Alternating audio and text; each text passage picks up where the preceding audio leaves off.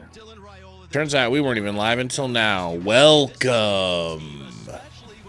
All right. Throw them bones, perhaps you might say, Gary.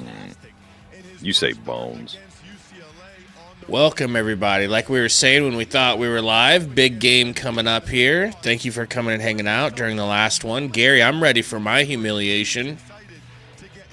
But you think we're going to win by 2 scores. Is that correct? Probably 3 or 4. To be conservative.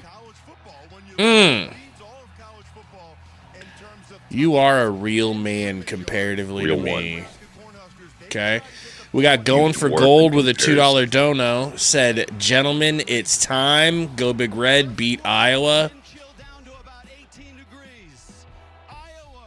Why do I have to be such a pessimistic cuck? I don't know. I was going to ask you that. This is one of them beaten housewife games, okay? You have to understand that. Please be understanding. Please be understanding, sir. She's like, I get it.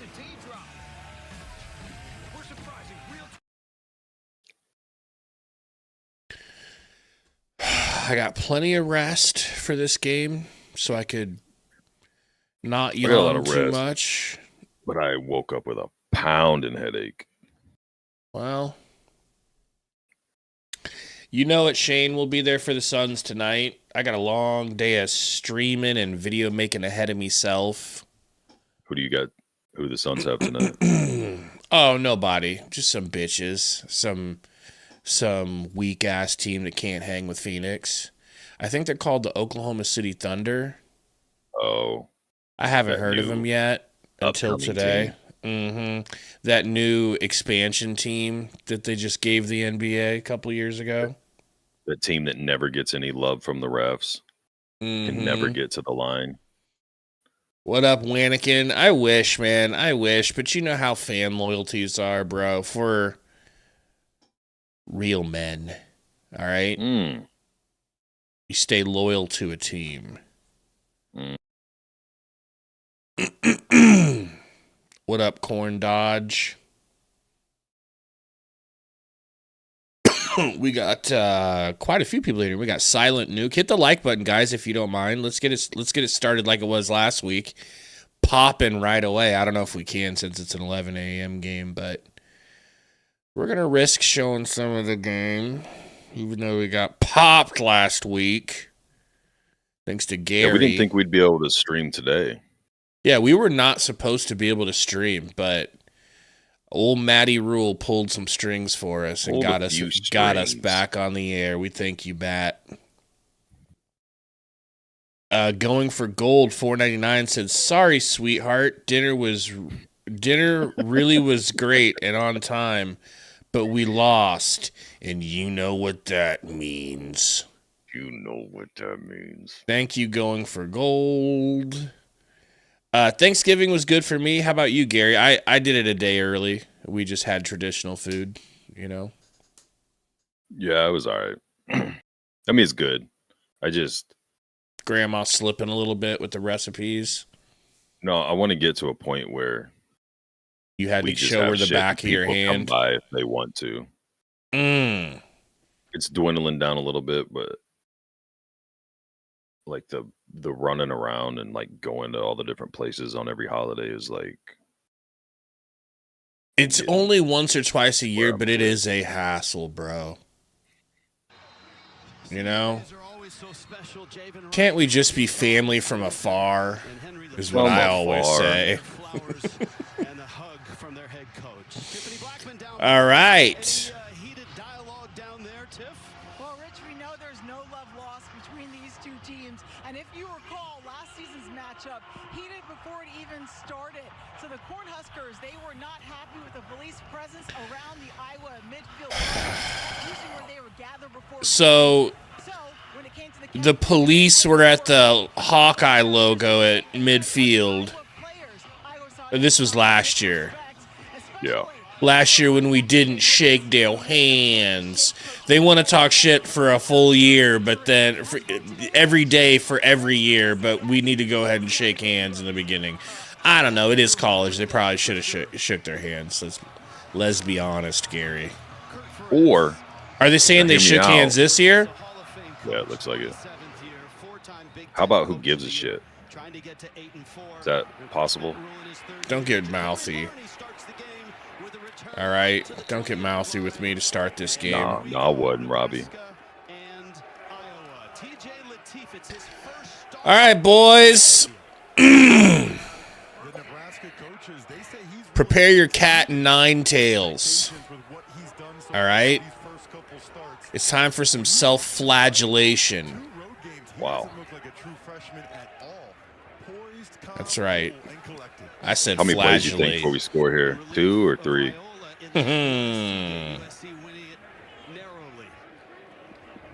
Just go deep right off the bat.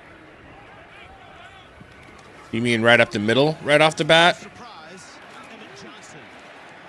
That'll work. Best I can do is right up the middle. You need to make a meme where it's the pawn shop guys, and it's like, hey, we haven't attempted a pass over 7 yards all game. Let's air it out. Best I can do is the exact same play we just did.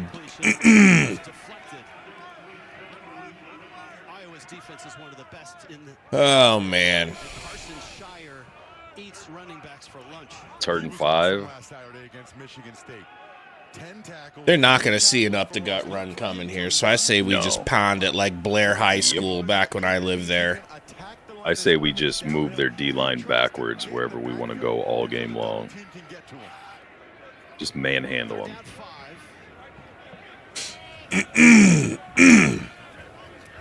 Latif? Run it, Latif. Run it, Latif. Okay, gets tripped up for a couple. I expected a little bit better run. That was kind of like, I don't know. Do you feel like he sold that well enough? Because I don't know. No. Fantastic returner for Iowa. He's the best in the country. 4 returns. Look how Nebraska is lining up here. Appreciate you too, Trill.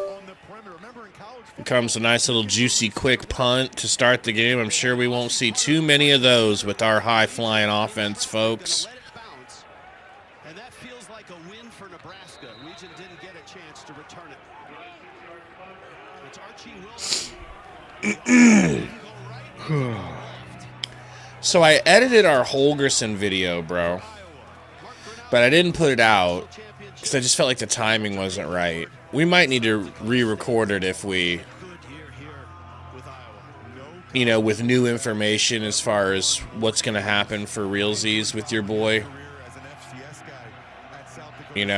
Like, is Holgerson even going to be here next year? He said he stuck around for Raiola. Hasn't really been great, but 13 rushing touchdowns. A lot of them exactly when the Hawkeyes needed it. They're a run-heavy team. Kamari Moulton with Nice stuff to start the game. Keona Davis with the stop. This is one of the best offensive lines in the I was thinking today when I got up, if we're lucky, the hurt and sting of last week will fuel us today. The way that we had some fuel after Minnesota. Yeah, it's different stylistically, too. So, I'll tell you about styles. Oh, sorry, my bad. It is different stylistically. Go on.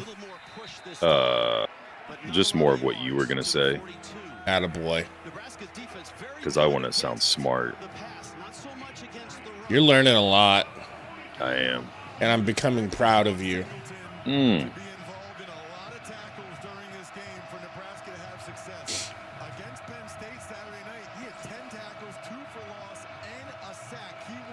All right, everybody in the chat, throw those bones up. All right. 3rd and 6. 4-man front. Come on, guys. No pressure. No. The ball did pop out. Way to break it out of there.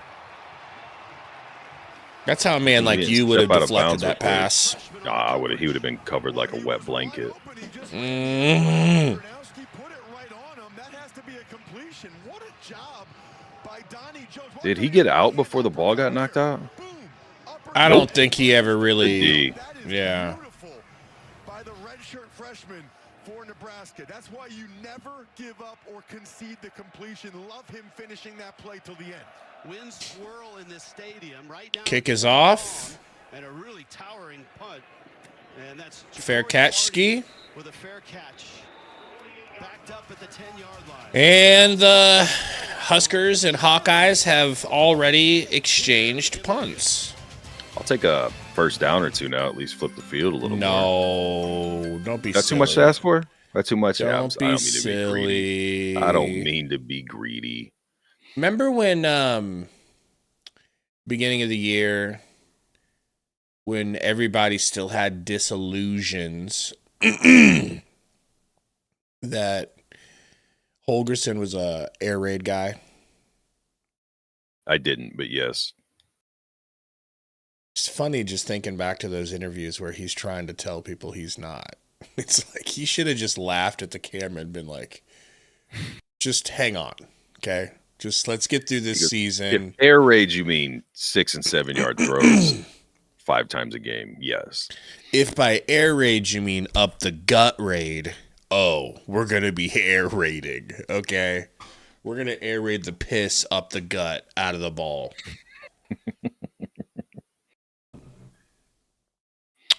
Going for gold. Did you really? Yeah, I went to at least a year, about a year and a half of high school in Blair. My family lived up there for a little while.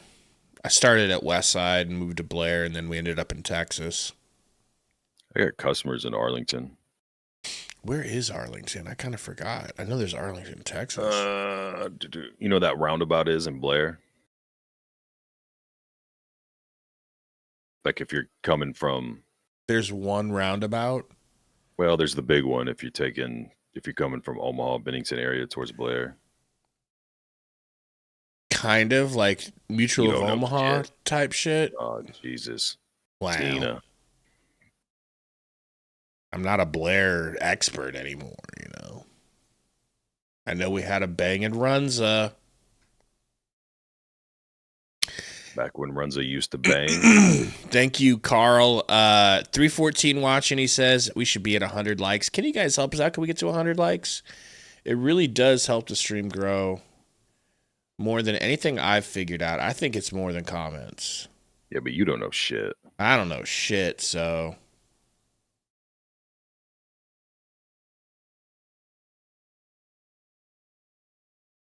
What up, Fred? Happy holidays as well. Hope you had a good Turk Day. It is crazy in both those games. Nebraska had the ball. Let me ask you this before the reality of the game sets in. Mm-hmm. If the Huskers win this game, does that put like a icing over this season that makes everything okay? Think about it.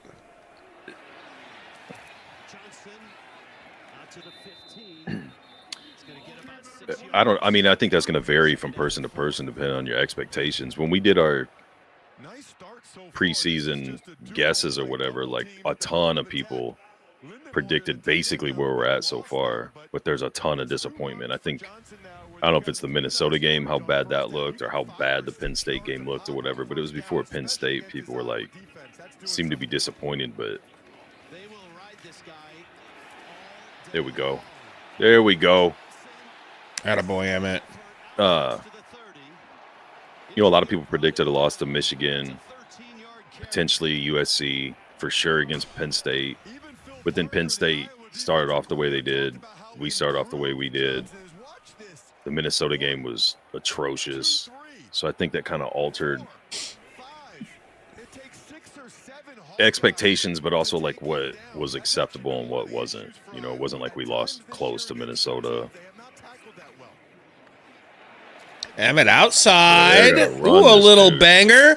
A little quick banger down the sideline. Go to the house. No gas. Oh Get in my there. God, he might have Atta gored baby. it. You think he Atta got baby.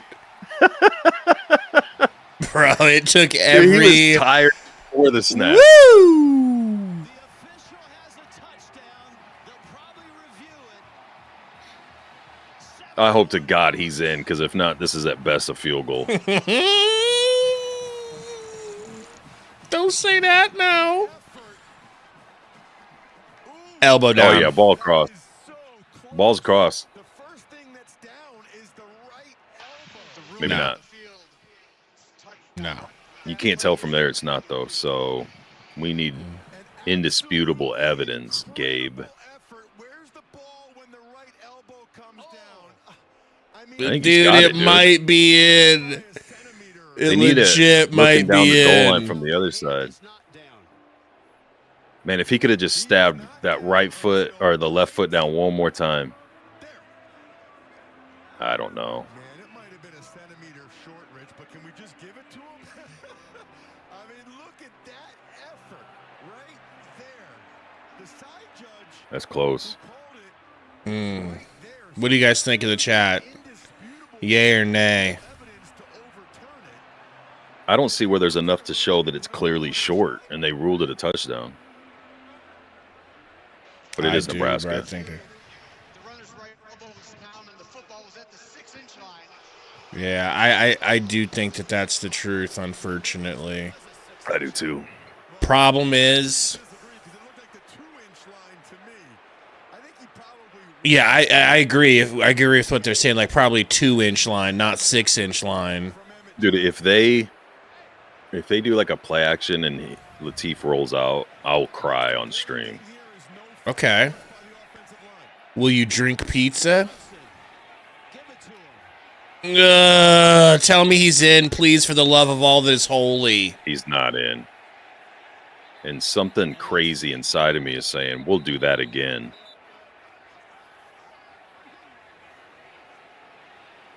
Nebraska thinks they've scored. Hey? They review it again. Nope. Yeah. 4-inch He's at the line. 4-inch line. 4-inch line. Yep. In fact, we're currently painting a new 4-inch line to show you guys where he was at. I'm just glad they didn't blow it dead there. We got another He was not that $5 freshman. dono from Going for Gold, making everybody look like broke bitches today. Broke bitches, he says. Says, my bad with all the supers. No problem. Keep them coming. Gary's got a not daughter your in bad at college. all. Says, but 9 wins with a bowl would be a 7.5 to 8 out of 10 season. Yeah, let's go back to that conversation. I don't you disagree ducked. with that. I think beating Iowa, for whatever that's worth, it has such an impact that a lot of people will ease off of the doom and gloom that was going on middle to end of the season. I apologize, guys. I'm trying to show like a little bit less of the game. I'm trying to keep it within. You know. You don't want to get kicked off again? Well, if we could finish the stream, that would be hot to death. All right.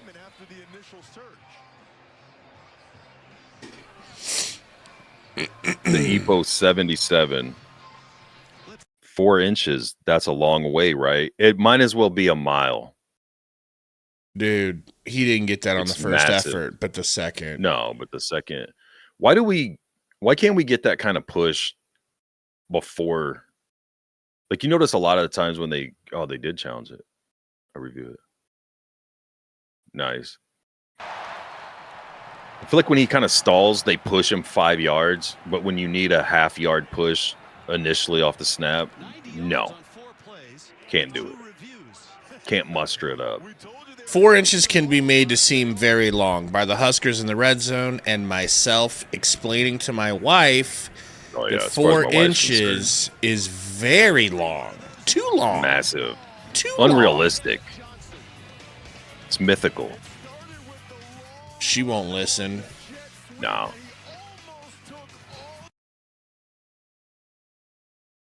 Yeah, She's like, NFL all my scout. other boyfriends say that's tiny. It's NFL whoa, scouts. What do they know? are going to see that run by Emmett and be like, that's his breakaway speed. Okay. But I mean, that They're was gonna after what, 3 carries in a row? Don't do that. No. All right. No, it wasn't Robbie. You think Michigan's running back would have got trapped from behind? I mean, it's not. That one was good. That one he finally scored. I'm not arguing he has breakaway speed. He don't. Because he doesn't. That's his one weakness. But if he doesn't run 3, was it 3 or 2? Whatever it was, multiple carries and fighting to extend the play and exerting himself, I think that's standing up, he gets in. He looked tired as soon as he started to break, like as soon as he had open field. Not even when he I didn't think he would be tired because it's the beginning of the game and he's had such good longevity through games, but that's why I wasn't expecting that to be an issue. But maybe I'll tell you what to expect. But I'll wait. How's that grab you? I'm just looking for you to instruct. Well, to instruct. Okay.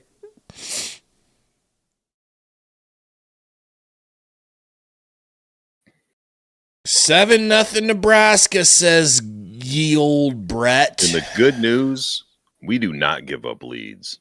We don't give them up. So I was in a world of hurt right now. Once we grab a lead, we keep a lead. We don't fold.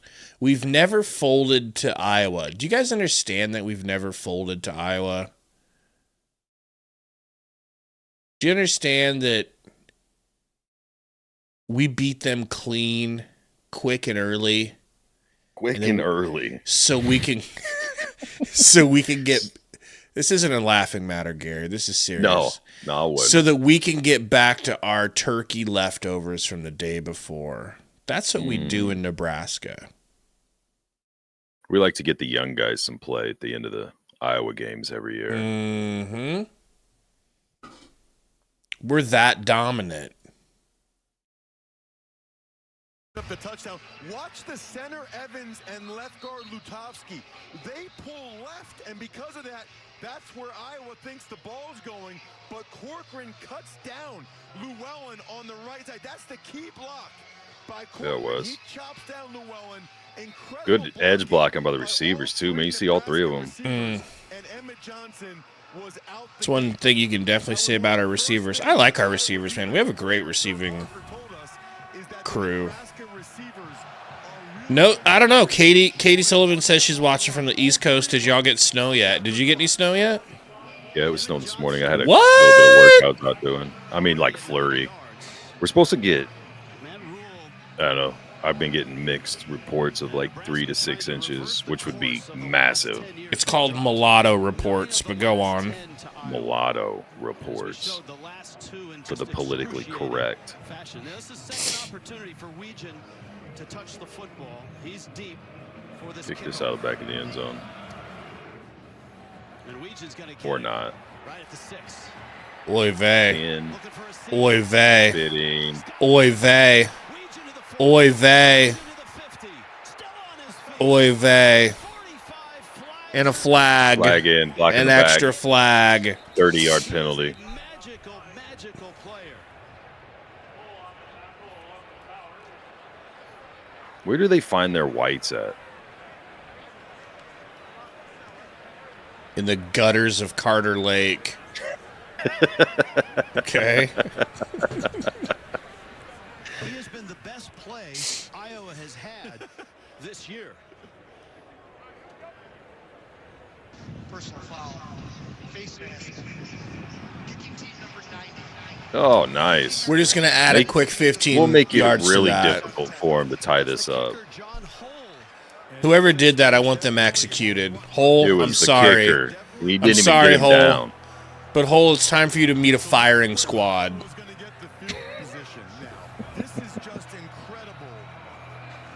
Oh, the gutters of Carter Lake.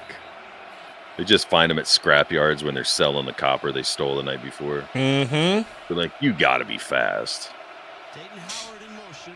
You ever heard of a pigskin? Moulton on the ground. And he's stopped there by Cade.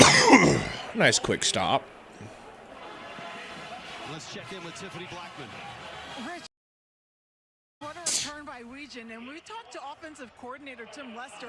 He told us, I still can't believe people kick to him. When they do, they're just in shock because he always does something amazing like he just did on this run, putting them in great field position, guys. Shocked we kicked to him. I don't think he meant. I think he was trying to Just a win kick it ski. deep, just didn't. Especially kicking left to right here. Gronowski's changing the play. We're going with more of a 4. Crowd doing a little bit of work here. Some bluffs. Moulton. Inside tackle. the 25 Ugh. to the 23. I mean, look. 3rd and what? Junior college 4? Then he was a walk-on here. Then he got a scholarship. Then he broke Tim Dwight's record. With all of this. In fact, No, Timmy, they gave him a face mask, not a block in the back. and Dwight was always his idol. And here he is at Iowa breaking his records. And now everybody's debating whether or not he's better than Tim Dwight. 3rd and 4 already. 3rd and 4. Watch that. Medium level. Nothing in the medium. Oh, we're going to go ahead and sag off He's here gonna real drop quick. back. There you go. Make sure you sag off. Sag off. Make sure you over pursue. Don't sack him. Don't you hit him. And it's incomplete. Atta boys. Good defense. Get out of the way, camera bitch. DJ Vonami, the intended All right. receiver. Let's see if we see any separation from any of the Iowa receivers. Not really. No, I mean, Nope. that's been a problem. It's good You look at coverage. Each guy, Yeah. they are covered. That's one of Iowa's issues.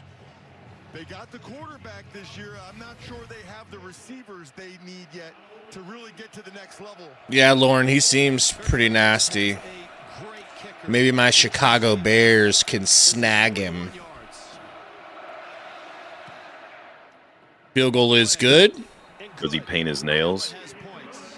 That's true. We need nail They don't painters. want him. Then they Sorry, don't want him. Lauren. He's not Chicago Bears material. With a long run. If he's majoring in esthetician, then they might grab him. I was gonna say we only hire beauty school technicians.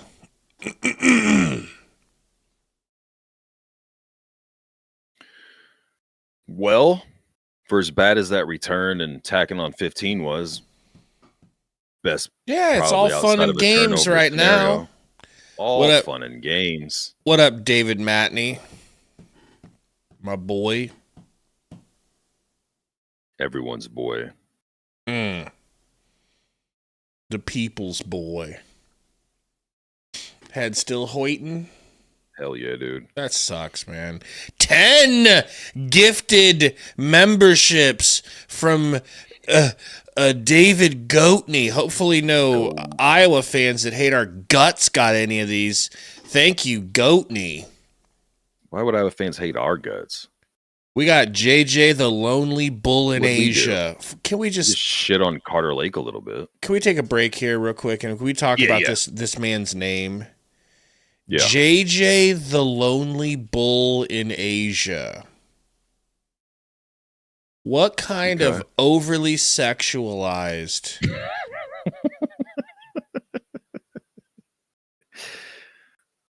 what is this man doing in Asia? We got G Squared Performance, the Thezera. I should be making you do these. KK I can't read Schwen, regular. 1K away from a disaster. KK Schwen, Marlin Greatness, Jim Hendrickson, Scant Monkey, Christian Blue, the cousin of Bonnie Blue, Andrew Wemmer, John Smith, Professor Dickweed, no relation. Thank you, No relation. David Matney. You're the GOAT, man. Appreciate you. And I've looked. 10 memberships ain't cheap, by the way. Okay? By the by. And by the by. 8% of their yards. That's more than anybody else in college Jesus. Dawkins and Brown are out tomorrow. Going for Gold said if he's lonely, he apparently ain't much of a bull. I mean, lonely bull. I don't. It just sounds. There's a not a bad lot point. going on. A lot going on with that name. Oh yeah, time to shuck and jive for the likes, guys. Please hit the like button. Can we get? Can we jump to just 200 real quick? We got 529 in here. Just take a second, look and see if you've hit it. If not, you know, hit it and forget it type shit. And no blocking. Barney stuffed on the kick return. Also, guys, if you're not subscribed, hit the subscribe button. You won't regret it. You might regret it. You'll probably regret it. But we'll try to make it so that you don't regret it. Nebraska has an extra offensive lineman out there, number 7. Extra O lineman for the Suns? Or for the Suns? For the Suns, yeah. I got a Suns game tonight, baby. My mind's already elsewhere.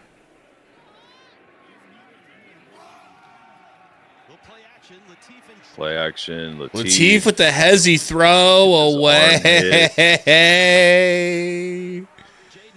Can you imagine? Can you imagine if someone was there to intercept that? They run the boot. Watch Harrell, okay? He's not fooled. They run the boot away. These guys are so well coached for Iowa. It's unbelievable. Bootleg away, and he's right there ready for it. Hand off, up the gut. 3rd and 8. Stuffed. Jeez, bro. It was not, by the way, intentional grounding the play before because Emmett Johnson was in the vicinity. All right, 3rd and 8. Do they drop a screen or do they throw it 4 yards short on a flare route and try to run throw it? them off and you just try running up the A gap. Thank you. Why did I forget ready it? for that. How did I forget the A gap? How'd you forget the old A gap trick? Phil Parker's like the godfather of defensive coordinators in the Big Ten. Empty backfield, Latif, quick throw to short of the key. first down. Is it enough? I think it's short. It's absolutely not enough. $5 dono from Bradley Mustaine says, fun fact, CCP General Secretary Xi Jinping visited Muscatine, Iowa in 1985. Everyone knows that Iowa is communist. Go Big Red. Just a Xi little fun Jinping fact. was in charge back then? Xi Jinping got longevity. Here's the kick. Thank you, Bradley Mustaine. Jesus. These punts are dog shit. Is it that windy? I don't know, but I thought that was half of his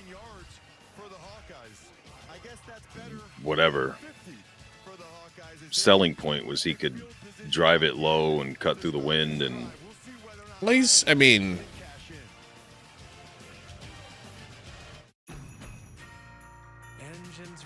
I don't feel like he's done it. Has he had any bad punts this year? Maybe one, Yeah. two.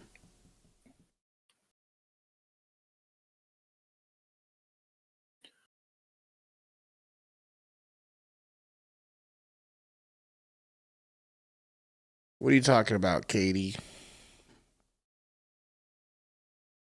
well, hopefully the defense stays not allowing first downs. Oh, my mom's here. What up, Mom? Mom and them. It's probably my dad on my mom's phone. What is it, a balmy 75 and sunny down there? Well, no, I mean it's chilly down here. It's chilly, he says. it's folks. weather where you want to wear socks. It's 59. Bro. Oh, no. How do you do it?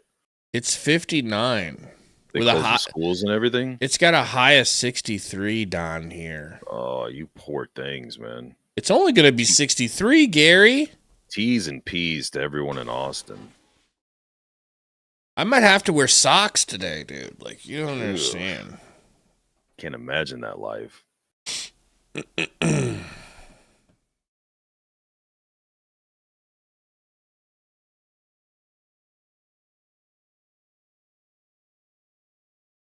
So, we need Emmett to break another run every time we score. Is that's going to be all we're able to do is get lucky on broken runs? I'll take it if we can muster another couple. Chris-tacular, my brother in the house just became a bug eater.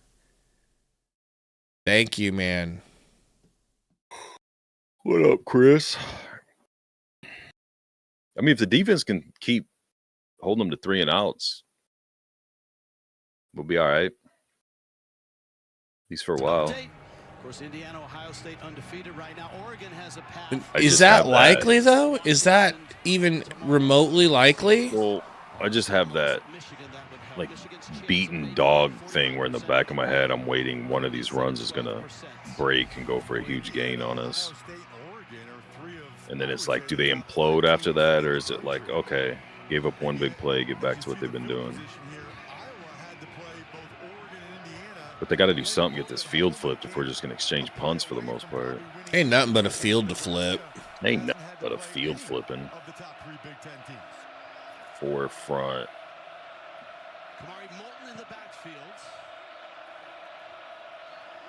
Play action. Bro, Sierra No right pressure. Nice tackle, but after first down. Left side comes back across, and he's blocking for a while. But then when nobody's there, he leaks out. Bonami's really more Good tackle. Why did not just dive at his ankles? Impressed with his progress as a blocker. They weren't sure he'd ever become a good enough blocker. He was a walk-on and was a quarterback. First and 10, 38. 3-man front. Right side. Nice. Way to close that. You had a good gap there. Is that your boy Trent? Trent Was Watson, it? Patrick Bet David. That's your boy, PBD. Everybody should know that Gary watches PBD every day, every morning, and he mutes it until Adam's speaking, and then unmutes when Adam talks. 4 down. Empty backfield. Nebraska brings heat.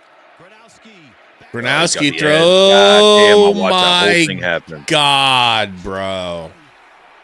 They tried to They tried to disguise. They line up in man. His man goes when the pickup isn't there. Gets turned around.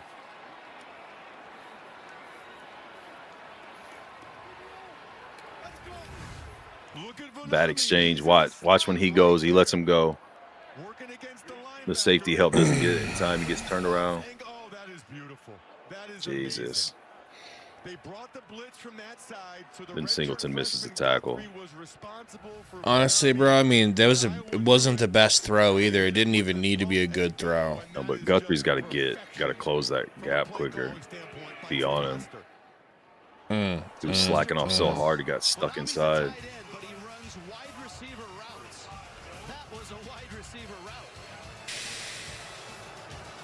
Nebraska had the Emmett Johnson drive. Iowa had the DJ Bruname drive. Remember when I said we don't give up leads? This is what I'm talking about, Gabe. Shut up and learn. I feel like we still have the lead. Well, we don't, though. So there's that. I'm sure we'll get it back. Our offense has been so,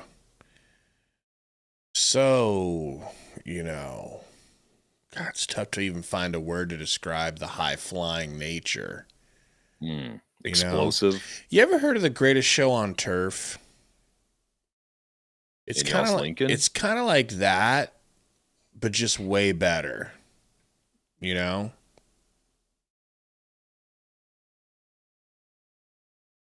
$10 dono from the biggest alpha male in the chat, Dale Patrick. Says, let's go Huskers. Hit that like button. Thank you, Dale. I'm sure Dale's wearing a flannel shirt right now and chopping some trees down like a lumberjack, you know. With a marble red hanging out his mouth. More about the play than the players. Stevens kick. Barney Fair catches out to the 25. Don't miss the new hit. All right, boys. Your new CBS obsession. And gals. Sheriff Country returns Boys and girls. December 5th with CBS. Appropriately dressed. Here we go. Tiffany Blackman reports some snow flurries and flakes. Hit that like button if you guys haven't. Let's get back into this game. Latif, Start off with a run here. 1st and 10. Nope. Latif, moving pocket, fires to There we the go. sideline, and it's Catch that, Key. hands of a diving Dane Key. Hmm. 2nd and 10. Was that a 15-yard throw? Pretty well covered. I think this is a nice ball. Oh no, didn't it hit both of his hands? Number 6, he's going to run the outbreaking route. I'm just shocked we threw it downfield. We put it right on his hands. It's a good throw in between coverage. That's not an easy catch for Key. Those guys usually tell you if it touches their hands, they should catch it. But the big takeaway for me there, if I'm a Nebraska fan, is that is a perfect football from TJ Latif. That's what I just said, bitch. This pass is coming in. Johnson starts right. Nope. Little off tackle, stuffed. Xavier Wampa, appropriately named. Don't worry, guys. We got him right where we want him. Right? Okay, we love 3rd and 10. They're getting right on the football here. They're going to roll something quick, not allow Iowa to substitute defensively. Let's see if the Hawkeyes bring heat. Bunch at the bottom. 4. Latif, lots Plenty of of time. I was just say he had good time There there. we go. Lyndon Kittle, let's go. There we go. We got a $10 donor here from Talkin' Sports 91. I'll show you the biggest alpha male in the chat. FYI, stuffing clears mashed potatoes any day. Appreciate the dono, but couldn't disagree more. I love stuffing, bro. I like it, but good mashed potatoes. Stop. That's all. You can make an entire I think meal that's out a of good just mashed argument to potatoes. like go through and litigate. Kick it out, Emmett. Emmett got some room ski. It's a good run. He said no Doak Walker recognition. No problem. Yeah, that was absolutely ridiculous. Contain, you got to be responsible for contain. This is the key matchup right here. Watch Pritchett against Herkett. 49 outside leverage, he can't do that. He tried to rip in at the end because he thought Johnson was going up inside. It was the good gap work inside on of him, which is the B gap Pritchett's between behalf. the guard and the tackle. Cannot I do feel like that he's until come around he quite a goes bit. in there. Ooh, Mackay gets a run. We got another $10 dono. Thank you guys for these donos, man. I mean, you guys are spoiling us today. Just a $10 dono. If you had anything you wanted to say to that, DW, let me know. I'll read it. 3 rushing yards already. Appreciate you, Chris. Hawkeyes, who, interestingly, I love The line got good push on that. I know it was a short little They're 3-yard run, so but well-coached. the line got really good push on that They one. take on blocks and shed, but there have been moments this year, like against Oregon, where they kind Doug, of I think Gary might have been having a stroke. Johnson's back in. What happened? 2nd and 7. Play action. Latif, Play action, rolling. rolling out. Get rid of it. There you go. No, not like that. Oh, okay. It'll be 3rd down and 7. I had Raiola flashbacks, bro. Not gonna lie. a little bit slow to get up there. Remember when he threw that shit versus Maryland? It was Montgomery who was all over it. I tried to forget These it. linebackers are looking for Latif to try to break contain, and their secondary contain, they call it, when the linebacker comes from the second level.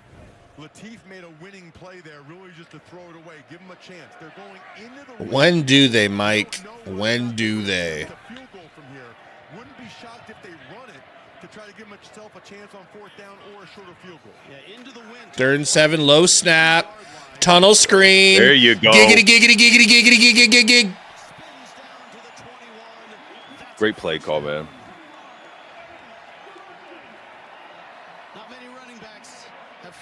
catches this year. And watch the block he gets downfield. Right there, the center. 51, Justin Evans got the key block on the guy in man-to-man coverage. With First and 10. Nebraska. Up gut.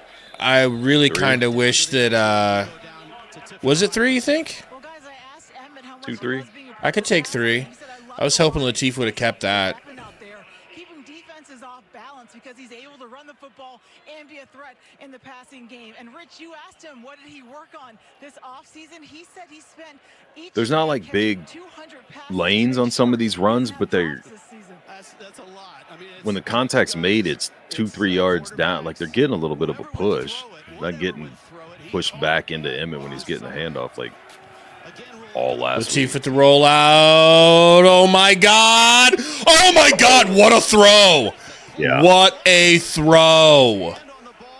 What a play by the defender, man. Damn. Man, when you watch Iowa, What up, Brady? Zach Lutmer sticks out like a sore thumb in a positive way. He is an awesome football player. Just gets the Man, that was a hand on it. touchdown. He don't get his hand He on can it. play That was good corner. defense. He can play the cash position. That's what I'd do to you. which is the nickel Yeah, that's what I position. was trying to When coaches compare someone express to these Cooper You were people. hoping to skip past that, weren't you? Mm-hmm. What he's done through his first year and a half with the Eagles is incredible. Lutmer, another small-town Northwest Iowa guy, just like DeGene. blitz comes. Another 3rd and long. Oh, lots of pressure. On target, but Okay, okay. Or field goal. I'll take a field goal. I'll take a make, Gary. And Nebraska's going to bring their field goal unit on. You gotta. Latif is jogging off a little Going for gold. $5 dono says still early, by Matt Rule. It's a full but impressed with TJ's decision making so far. Also, green bean casserole with crispy onions is the best side dish. All right, that's it. That's it. You're banned. Going for gold. Get out of here. That's just that's pure, unadulterated rage bait. Okay. Now I know some people like green bean casserole. Oh, dude, people love that shit. I mean, I can't even say what I want to say about it. It's that's how much I dislike it. All right. Green bean I'm going to say it. Green bean casserole is the Are we about to type. get canceled? Well, go check out Underdog before we do. Yeah. Green bean casserole is like the type of meal. I'll do it this way. This will get me out of it. Mm. Let's say aliens came down to Earth and took over and colonized us, and rations were getting low. Okay? Green bean casserole would be one of those things that becomes a delicacy to us because rations are low. So something like green bean casserole, bro. Woo! If you can get it, because eating snake is getting old. Eating snake. Okay? That's what I think about your green bean casserole. No offense. Here's the kick. Please don't let him get it. Oh, a kick. Wow, horrible kick. Oh my God! Did that touch Did it touch you? him? Did that touch you? Oh, it doesn't matter. It doesn't matter if it touched him. You're right. You're right. Let's go. Wow. I was I about think- to shit all over that horrible kick, and it was genius. I thought you were about to say I was about to shit all over that horrible snake story, but it worked. Well, that too. He's one of the best in the business, and that's a huge play for the Cornhuskers. Well, that's one way to not let Wow. factor. That thing died in Ball just snapped straight Perfect. back to us. They never had a Perfect shot. chance if you think about it. Because how would they know that the ball's bouncing towards them when they're blocking? Yeah, he's expecting it to bounce downfield. You All don't wanna get right, close we to it gotta and touch it. capitalize, bro. We've got to capitalize. Or I'm gonna come down on you to make it right. Tunnel screen to Hunter. Yiggity yiggity. We'll take it. Yeah, we'll take anything at this point. This is a huge game for Mike Eckler, the special teams coordinator. Eckler is from here. He's from Omaha. Look at Matt Rule's afraid of getting teed off on by his special teams coordinator. Because of what Iowa had done to Nebraska on special teams the last couple years, Nebraska could not allow that to happen again. And Kirk Ferentz told us that's the place where Nebraska Back to that little bunch. We run right. Nope. Okay. Come on, Emmett. I'll Got take the first, baby. I'll take the first. Fellas, we got 706 watching. Help us out. Please hit that like button. Find it I don't in like your that hearts. you always assume it's fellas, period. I don't like that. That don't sit right with me. Well, I want to do right by you. So, ladies, You're right. You hit do. that like button, please. We can include Help us everyone. out. They don't have to all be fellas or ladies. God, piece of shit. All you non-binaries, please Better. hit that like button. Into the first. Danielle's Dude, I'm in the gonna go chat. grab Coffee. I'm gonna fill my coffee cup. I'll be right back. All right, man. Need anything? Oh, you got any Toblerones? He's gone. Peter McDougal says sweet potato pie with marshmallows. That's my wife's favorite food for Thanksgiving, actually. And maybe I'm being childish.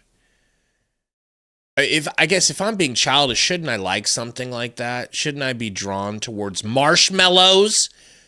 But it doesn't look. I got other things on my plate that I'm working on here during Thanksgiving. I don't need to eat sweet potatoes and marshmallows. But, hey, to each their own.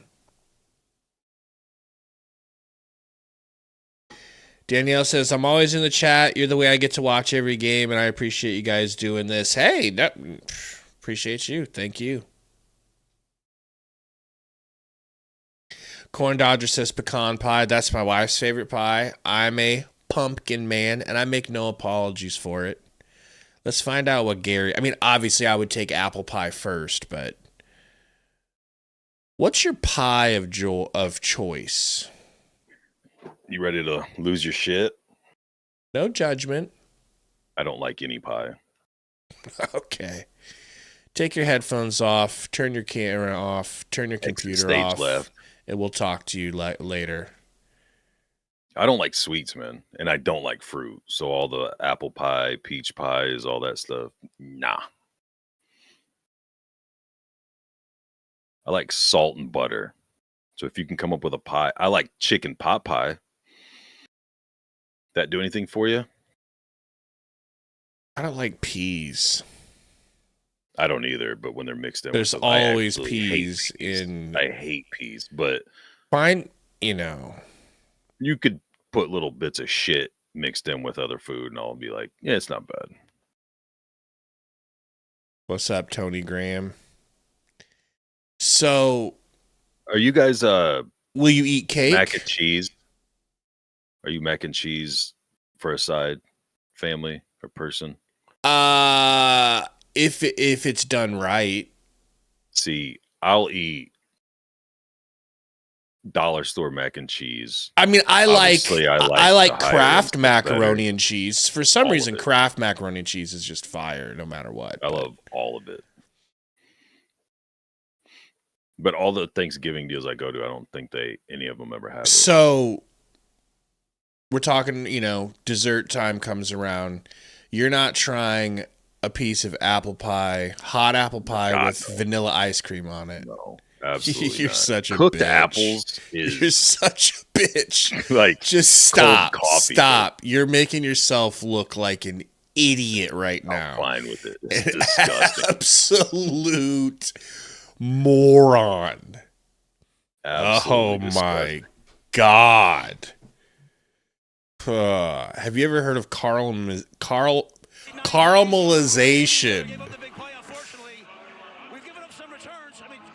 Yeah, onions. Yeah, so you see what it does for onions. Imagine what it does for something sugary. I don't like sugar. You do. Oh, no. Lost a snap. Face mask. Do we get a flag? Still got a yard. No, he just like slapped it. Damn. So 13-10, the last two meetings, and you talked about Now that's where I draw the line, the Hojo. But I have heard a lot of people say that they eat a slice of apple pie with a slice of American cheese on top, or cheddar cheese, What? cheddar cheese on top. Yeah, that's a thing that a lot of freakazoids do. Emmett runs into a brick wall. It's popular, bro. It is a popular thing people do. Thank you, Fred Galloway. Hot peach cobbler or hot apple cobbler. Cobbler goes 3rd brazy. and 7. We've had a lot of these. Touchdown. Oh, good defense, man.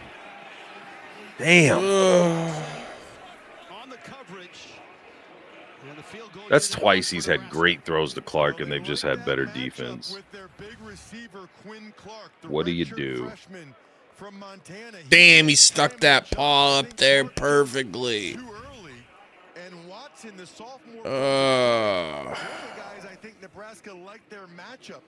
All right, guys, let's take this lead real quick. Is that chill? Is it chill if we take the lead real quick? Is it chill if we capitalize? I was so scared that was going left. Started that way. My dad. Okay, so my dad's in the chat. He said my mom likes apple pie with sharp cheddar cheese on it. People do it. How does one discover that? How do you discover it? I think you called your mom a here's how. freakazoid, BT Dubs. I would never. I'm ashamed of you for that. Here's how it works. You find a war refugee. Okay? Yeah. And he's sitting down to his first meal after being a POW. And he's eating, his The last of the snake is being cleaned up. I was gonna say he's eating his cellmate's bones. Okay, so his first option he wants apple pie. Okay, but one of the other POWs they wanted off that cellmate bone dish he just had. Latif's going in the tent because he's full on bones. I think Latif's going under. Time for Rail to start warming up. And then while he's eating that, while he's sitting there eating that piece of apple pie, someone walking by with some cheese slices trips. A piece of cheese falls on top of their apple pie, and the guy goes, "Look, don't even bother wasting your time. I'm so hungry after all that bone I was eating. I'm just gonna go ahead and eat it with the cheese." Oh, that's not bad. But then again, I've been eating bones. Human bones. Human bones. Okay. My mom really will eat anything, though. She would potentially eat human bones if they were seasoned correctly. With CBS Sports HQ, streaming free 24/7. You can download the CBS Sports app to watch today. You can see Tiffany Blackman, Amanda Guerra, all of our good friends. I'll take a turnover now. Chris Hassel. I'll take just a non-score. Yeah, a quick 3 and out would be hot to death. Hopefully the team's good. He was stretching his leg after the drive before. Blown up. Okay. I'll take it. Well, I was talking with Mike Eckler, the Nebraska special teams coordinator, before the game, and he said because all 4 corners are open, it's the windiest place in the state, and you can see when Nebraska was kicking it from left to right, they couldn't get it near the end zone, and then on that last kick here in the second quarter with the wind at their back, they were able to kick a touchback.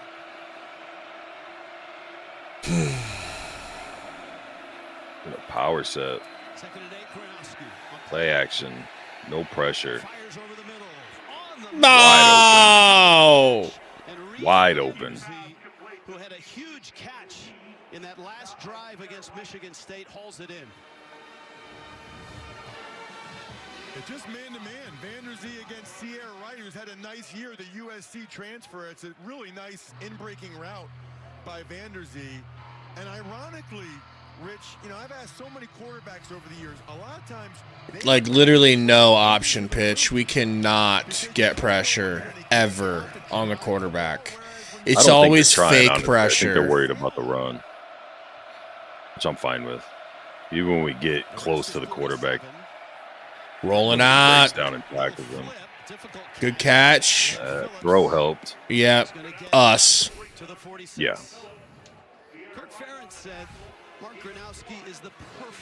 Nick MCP. Yeah, man, is this your first time ever seeing our channel?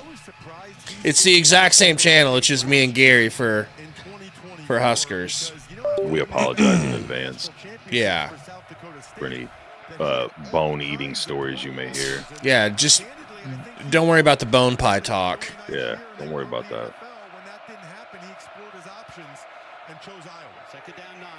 Good D. 3rd and 8. So bring up a 3rd down and about 6. Dylan Rogers, who plays the jack position, made the stop for Nebraska. But yeah, Nick, I grew up and was born in Omaha. 6, my bad. Y'all's Nebraska. Passing game, obviously he had higher expectations and aspirations. We have not seen him use his legs yet in this game, but when he absolutely has to, that's when he does it. Could be that situation here on 3rd and 6. I'd love to score die, but we'll get this stream kicked. Lickety split. Draw. Oh no. Oh no. Oh no. Abomination. I mean, it is the first time that he's done that today, at least. Oh no, Lauren, we know he can run. Trust us. I've been shocked he hasn't run yet. He should just run all game, Lauren. He's not a speed demon at 235 pounds. He's more of a power runner. But I told you, in gotta have it situations, they run it with number 11. Offsides, back up. He's offsides, back up. Oh, he did. He backed up a little bit. He backed up a little. And nice tackle, V9.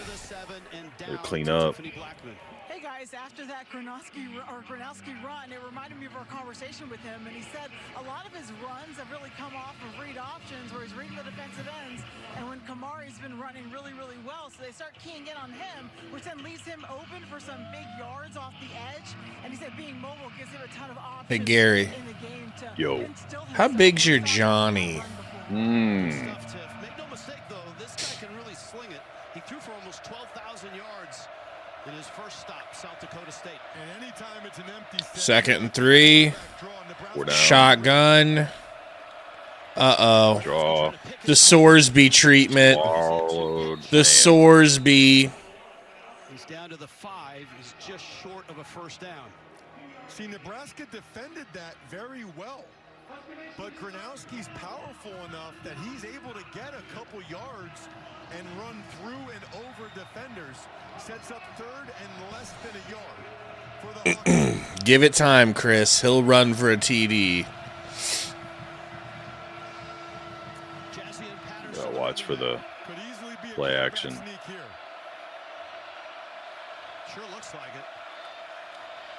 Duh. Too easy to execute that. Oh my God. Kind of like the Eagles tush push with Large giving him that shot. That's a heck of a push by Large. Why don't we do that? Why don't we have Lindenmeyer? We've tried. Somebody and push? We've tried. We whiff. We can never locate the cheeks of the quarterback. We need a name for That's a Iowa good doing point. that. The Hawkeye heave? Heave sounds like you're throwing the ball. Christian Coleman said, can I get a football update on a plane? 13-10, about to be 17-13 Iowa. 1st and goal from the 3. We're offsides again, lining up offsides again. And they throw a little fade. Looking for behind him. Dude, I don't know how we're getting away with these lining up off sides. Bradley Mustang, $2 donut says, Gary, where do I get my own BRR hat? Pop that link in the chat again. Also, did you see I sent you the logo to try to pop that on a hat? See what that looks like. I don't know how to do that shit, dude. You want me to send it to you? I mean, I can put it in as a comment and then it's gone. Is that what you want me to do? Just text it to me. Why? Let him get ahead of steam, dude. I don't understand the 3-man front in that. That's fucking stupid, dude. Don't cuss. This is a kid's show. I said it's freaking stupid.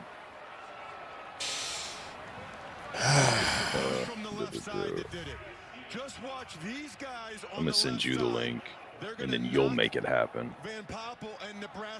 or there'll be repercussions. That movement allows Moulton to get on the safety Guthrie, and that's tough duty for a redshirt freshman like Guthrie to just stone Moulton, who runs behind his pads. Point after is good. 10 plays, 75 yards, almost 6 minutes of clock. Now that's Iowa football. Well, it is this year with the quarterback running it often, and even when he doesn't, Nebraska had not one but 2 defenders ready. Dude, I'm scrolling through here trying to find why I sent you that link. Mm-hmm. Just seeing some of the memes we've sent back and forth. Back and forth. The memes that are very appropriate. They're Super not appropriate. They're not risque. They're not they don't cross politically any lines. incorrect. Never would they. Wouldn't get anybody canceled. Every single meme is about how much we love Kamala Harris.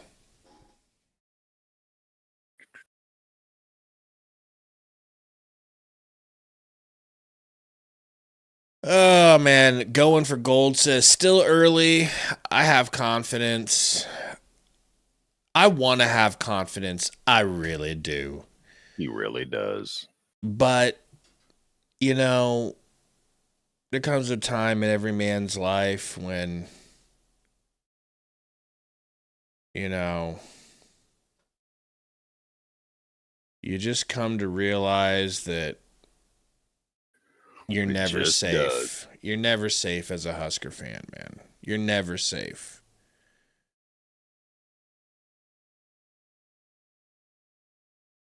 So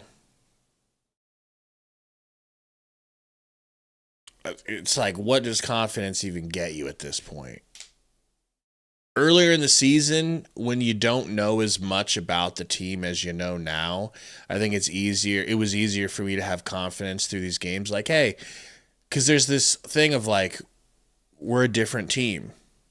But now we're not a different team. We're the team that we've seen all year.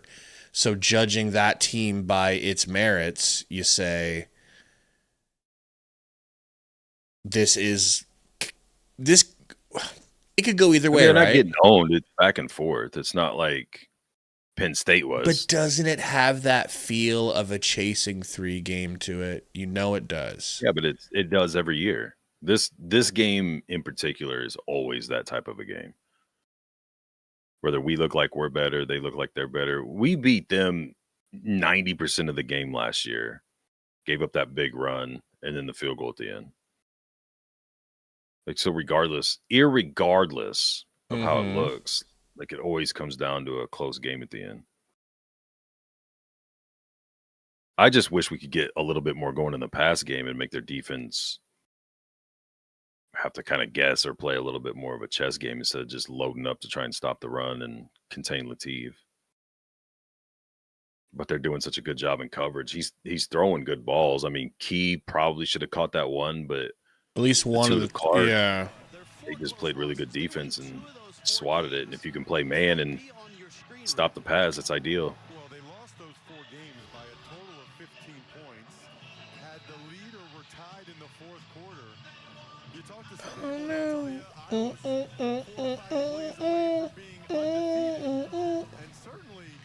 All right, so For those looking for the link to the Big Red Rant hats that Gary's made, We need to do some and shirts. and we're gonna do some shirts and stuff. I just put the link at the top of the description bar, so refresh the stream, and at the top of the description should be the link for the hats. Hey guys, a bit earlier we saw Nebraska quarterback TJ Lateef go into the medical tent twice. And guys, during that last Iowa drive, he spent the entire time on the bike.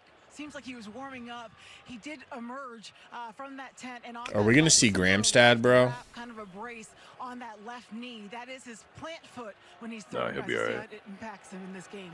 Well, that is critical because I really felt like Lateef's mobility and ability to run could be a big factor in this one. He might be limited now. Emmett tries to bounce out. Falls forward for about 4. And Emmett Johnson's name is written all over this possession chart.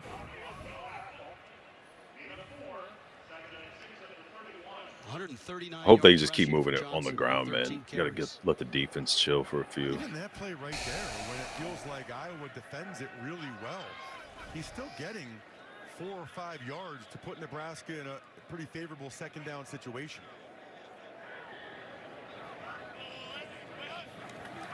Second and 6. Enough time. There we go. Damn. Flag-a-lag-a-ding-dong, baby. Did he hold him when he's trying to break out? I don't know, but I live for flags. And Ja'Cory Barney dueling on the sideline. Prior to the pass being thrown. Holding. Defense number 7. I say it had to be a Holding. hold before, because from when I could see it, I wouldn't pass interference. And I'll tell you what is a penalty and what's not. You can see it. And I'll listen Don't you worry dutifully. about these refs. Look at this ref, dude. He's into it. Bro was squatting like a sumo wrestler. That was crazy. Boy, I have no idea. Oh, the hold's over there. I mean, that's a clear penalty. I'm not sure what he's thinking at all. It wasn't on you, my guy. I'm loving the snow, by the way. Xavier, Snow is fun doing when it you don't for you? have to deal with it yourself. When you get to play and you're not stuck on the sideline. Good shimmy. Did he learn that shimmy from you? Now, that was a Gary Menson special. No, that looked like a Gabe shimmy. Oh, My that knee one? would That be one was rolling around that like was a me quarter shimmy. that dropped on the ground if I tried that. Nice Look at that hold on the block. edge, Key. I mean block. Oops, I mean block. Block, block, block. Go on, Emmett. Get off me, bitch. Love it. Made the stop.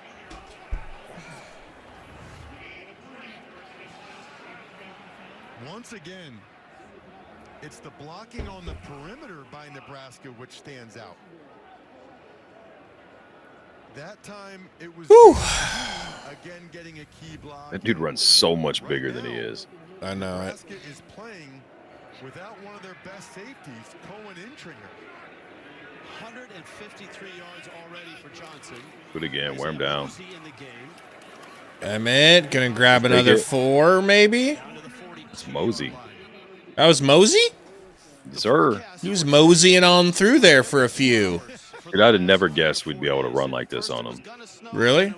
And there's only that one real gouge run, but I mean, And it's snowing, and no one better to talk about that. I figured their D-line would hold up as well, if not a little bit better than Penn State's against us. The heated pants would work in my favor today. Not so much, but I can tell you guys that the snow, it's blowing sideways, and that's due to that wind. So it might be a little bit wet out there, too, for these guys. Tiff's going to spend all of halftime at a charging station.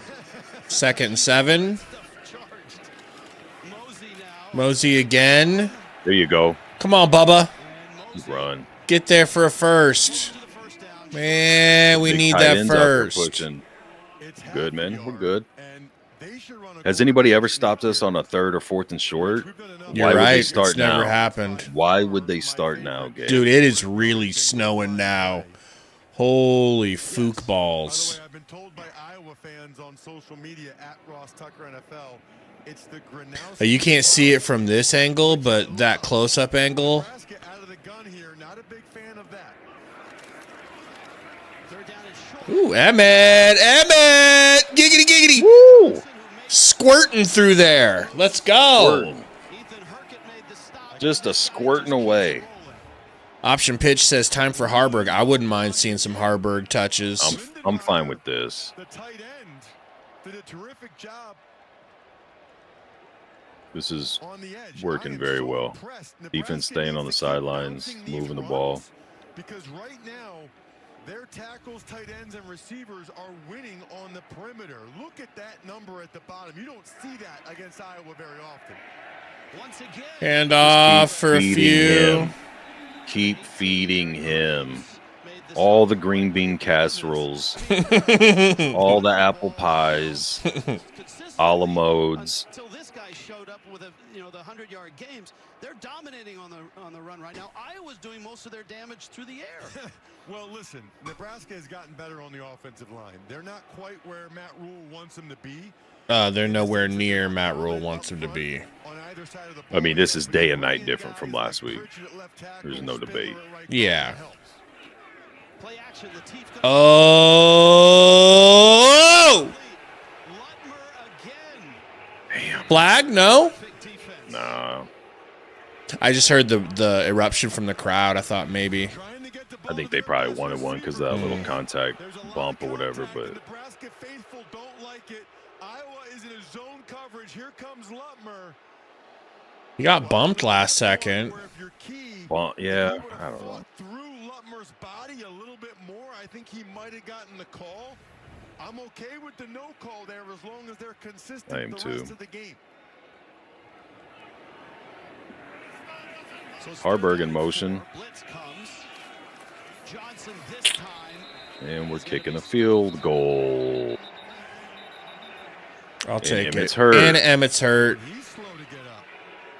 Bryce Hawthorne, one of the first to get to him. They got him up. And now it's decision time again.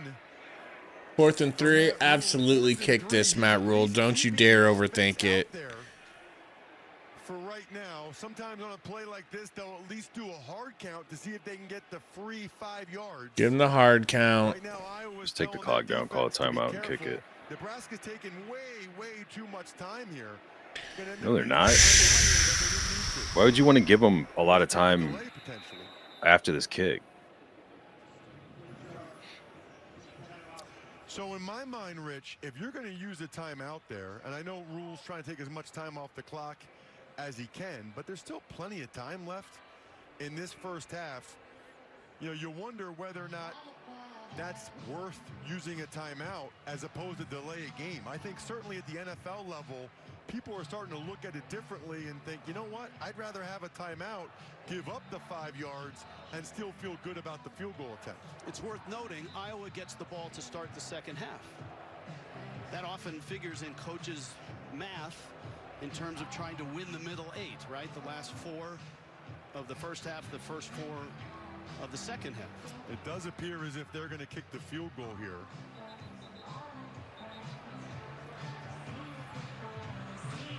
That's one where I'd be curious to see what the analytics say. My guess is the analytics would say There we go. this would be a situation to go for it. But Matt Rule wants to at least be able to take the lead with another field goal. 15 of 18 this year is Cunanan.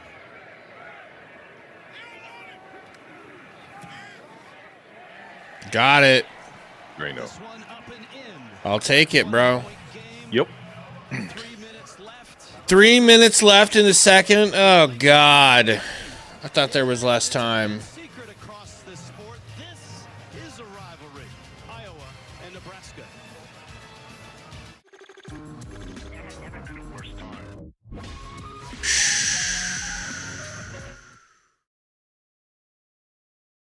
Getting nervous, It's like not another gonna one lie. of those kickoffs that we get the ball Right? right back.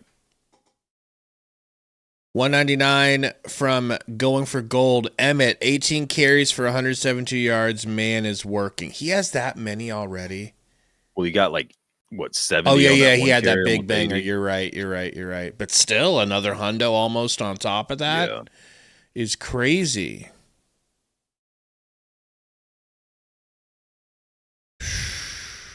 That's a good point, Yeah. Bison. Bison says, way too many points in this game already for these two teams. Ain't that the truth? I thought that the end of the first quarter when it was 10-10, like the last couple years, what was last year? Like 13-10 or some shit. Pretty nuts. Yeah, 2:53 left.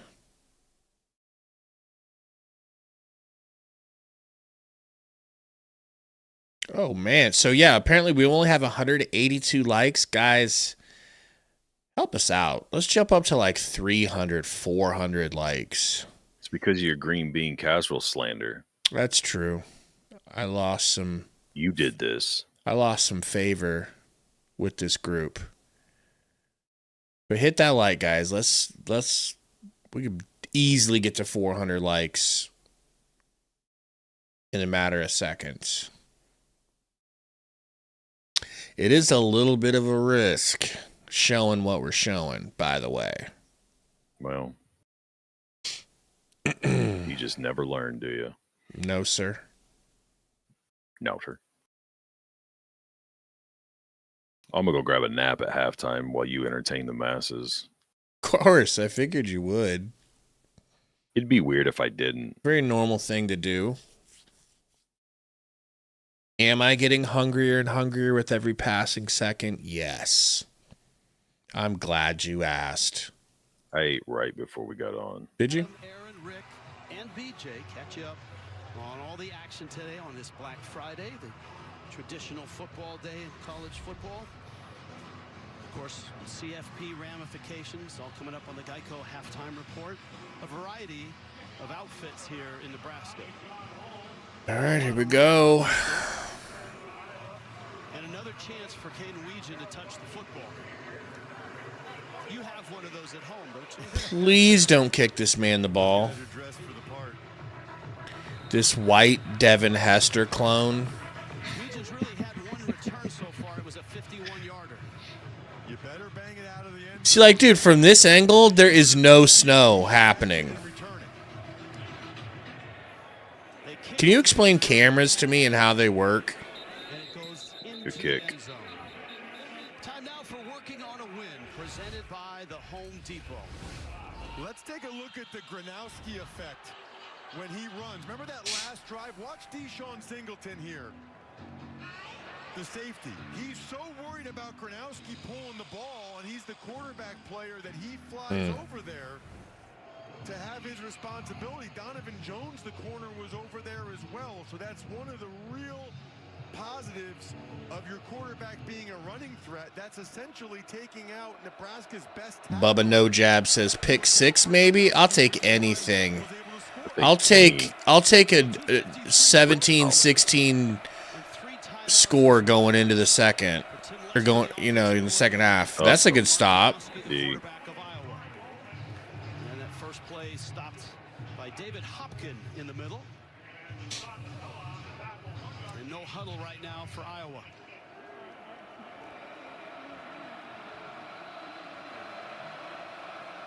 back up. This is Moulton off the left side, and he's He gone. Moulton racing across midfield. Oh, no. To the 40. Donovan Jones makes the stop, and Iowa's in business here. Bro, are we scared they're going to pass or something? I want you to watch Peeper and Dunker up here on this. This is Iowa we're talking about here. Well, everybody's in for the run. They just got blocked. See that wall? They just sealed it off. That's what it looked like a lot Saturday night for Penn State against Nebraska. 2-minute timeout. Fun first half in Lincoln. Iowa's marching. 17. Damn. Hawkeye. I'll be so grateful if we can keep them from not getting a field goal. Don't even need to get the ball back before going into half. No, I want the ball back. No, I want the ball Shut up. Shut up. I'm not greedy. I'm extremely greedy. No, I know we can't pass either. I'm just saying I'm shocked that we're giving up giant up the gut rips when you know Iowa's going to keep it safe and simple and effective and run on you with 3 minutes to go.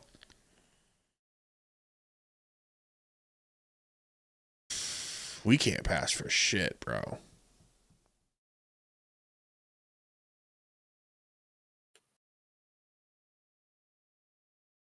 Did you get your dog some sweaters for Christmas? We got some sweaters already for him. Should have known. But right now, I got a dog in my sweater. Wow. He's been sleeping there since the kickoff.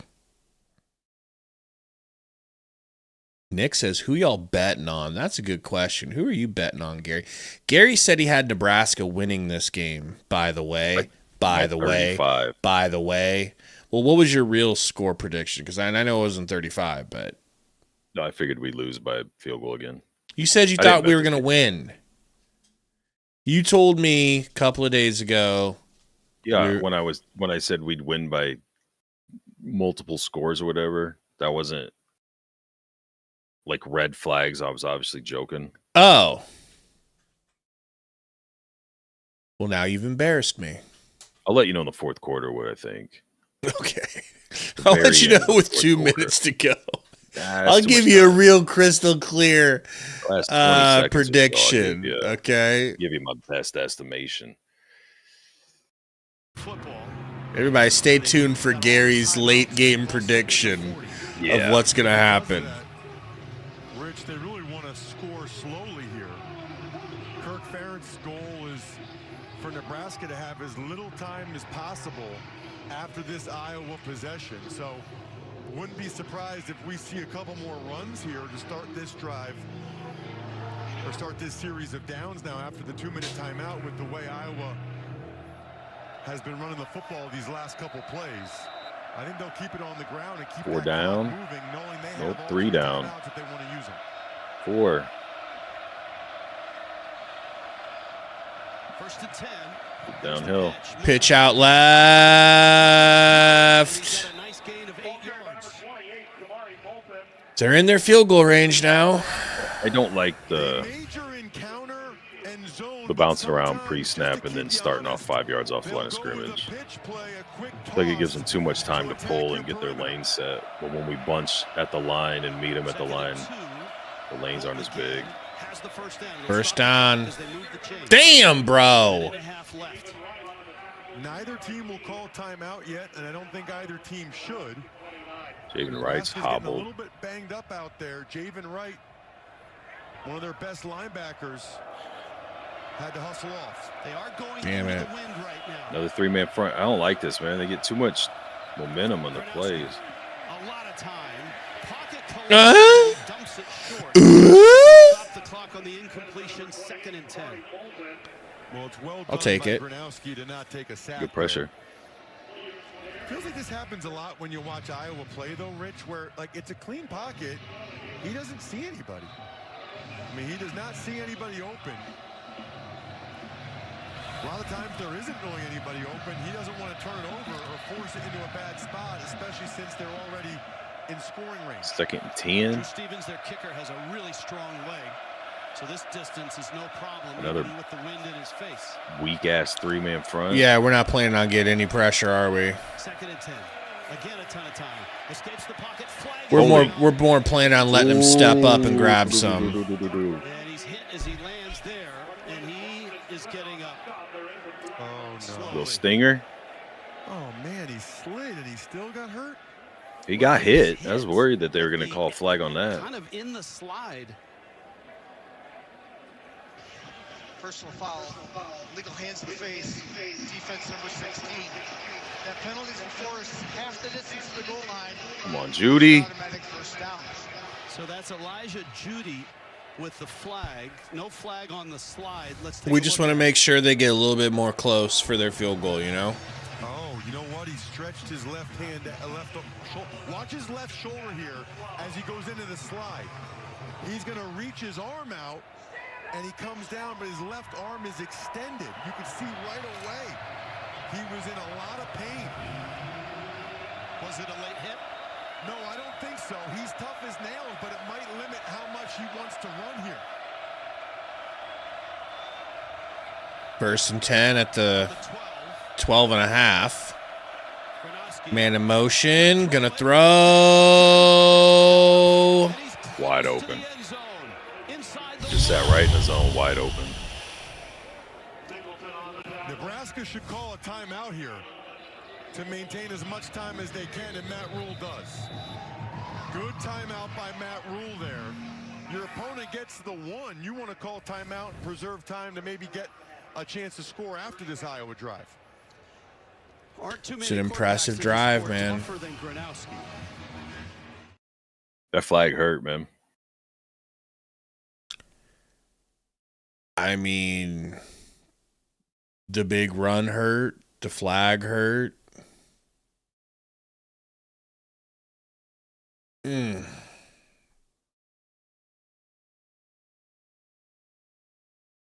They not want to run it.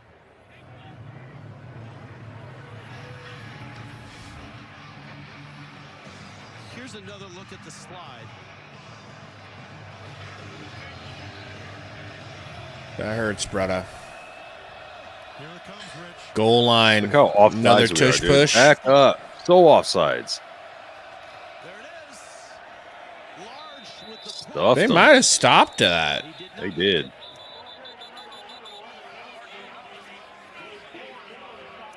He didn't get in, but he got closer, and that Clock. forces Nebraska to use their last timeout.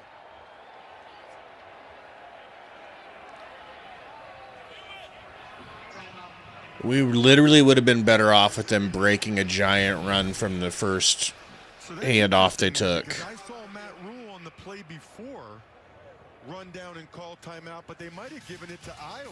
I think they did. We'll check. Balls right on the Nice. goal line with 39 seconds left in the first half. What are they doing? Having insurance isn't the same as They called Just a a timeout. timeout. Okay, I thought they It's were like reviewing. meeting the leadership of this captain. Oh boy, Gary.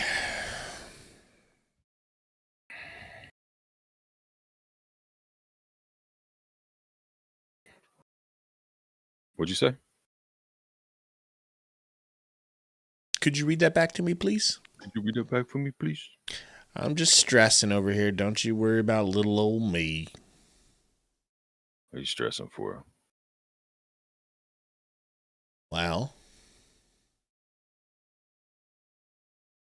about to go down a clean 10 points. 9 points. You ever been down 9 points before? Not never. You ever had your ass whooped over going down 9 Oh, points? several times. Well, that's getting ready to happen to you again. Bubba says, pass me the green bean casserole. Pass those green beans. That's the only thing that's going to keep you warm during this game, Plastic okay? onions on top. Yeah, the little crispy, dried up onions. Like, what are we doing? I'd rather just eat a bowl of those than the. I I'm like not that onions. big into I green like beans, green beans. from the beginning. I like green beans with like butter and salt, but mix it.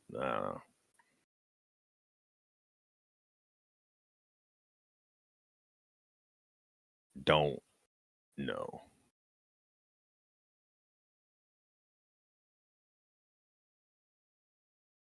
So, any chance whatsoever, like what percentage likelihood do they get in the end zone here? 98? Yeah, it's pretty high, but 98, or is that too high? stopped them on a tush push, which is hard to do. Yeah, you think they'll not be able to Period. tush push it again? Come on. I don't know if that's even When you stop them once, you can stop them again. Not saying they Don't will. be a cock. This is anything other Not saying they will. Gronowski, give him a chance for yet another rushing touchdown this season. All right, boys and girls, 39 seconds. and all other 84 genders, A lot of offense in this welcome one. in.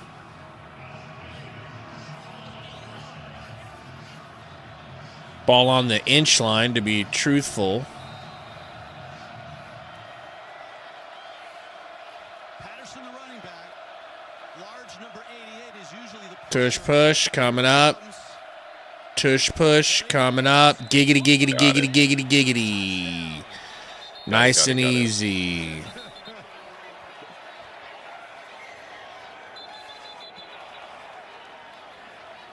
So, Great sport.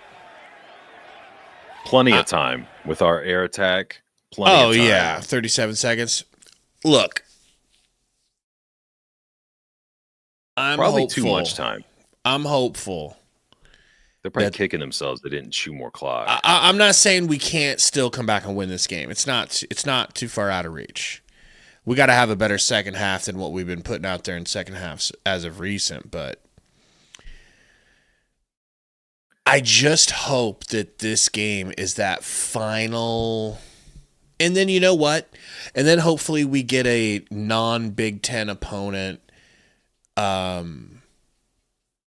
in a bowl game that we could slap around a little bit. And then that'll reinforce, hey, okay, so remember now, what happens versus Big Ten?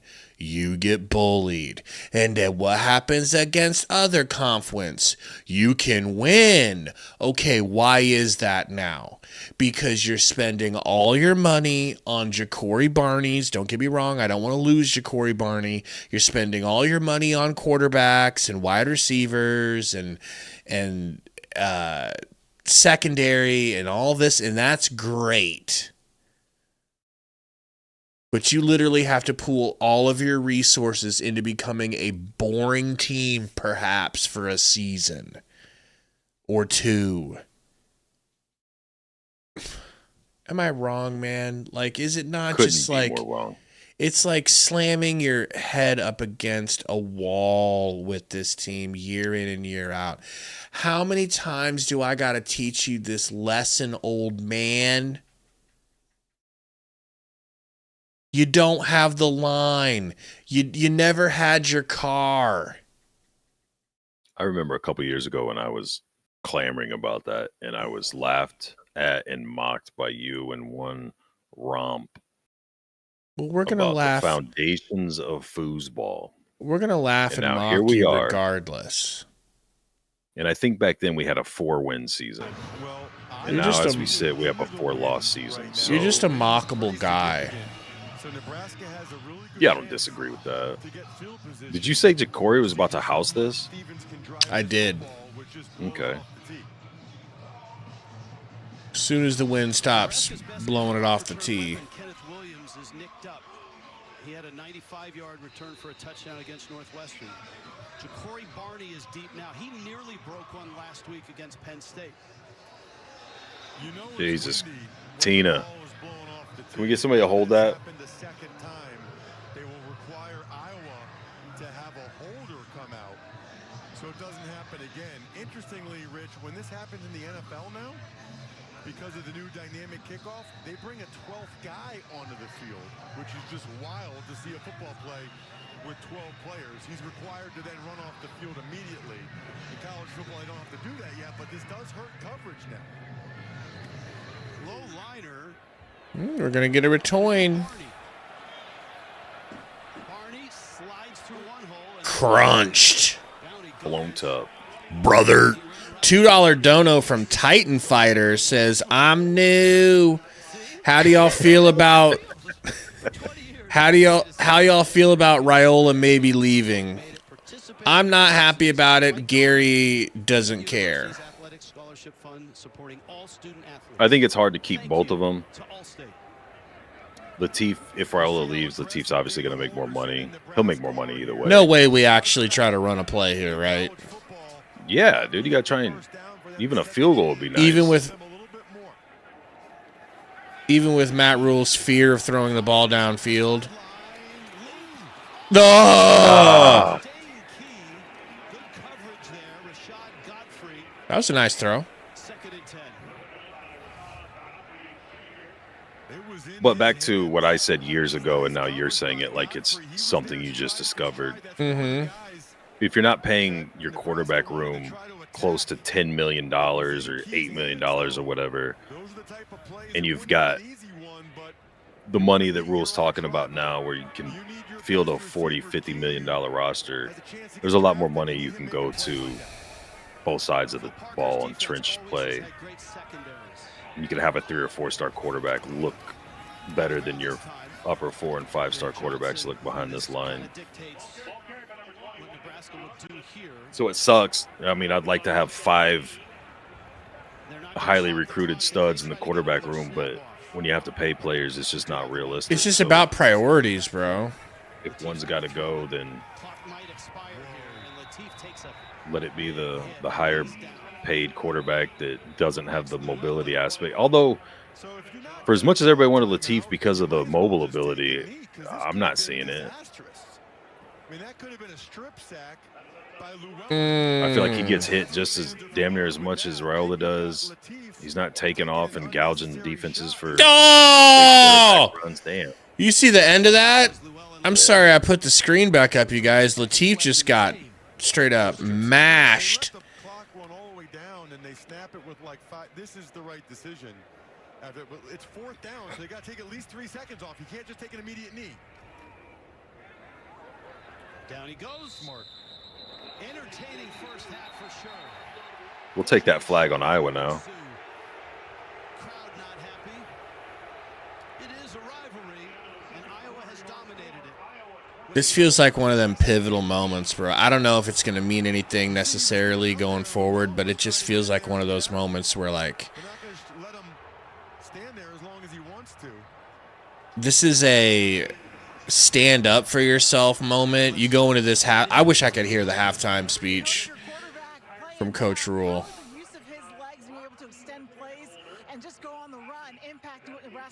Listen to your boy Ferenc. He's a really strong leader for us. Good with his feet, obviously, and made a couple good throws too. And then the running back on Nebraska, Emmett Johnson. How can you guys slow him down? Well, we had a lot of respect for him coming in, more so even now. See him in person, hurt us on that screen pass, then his rushing, that touchdown was beautiful. So he's a really good player. Thanks, Coach. Thank you, Tiffany. Fun first half here. Iowa, Nebraska. Oh, man. Iowa on top at the half. Oh. I'll be right back, man.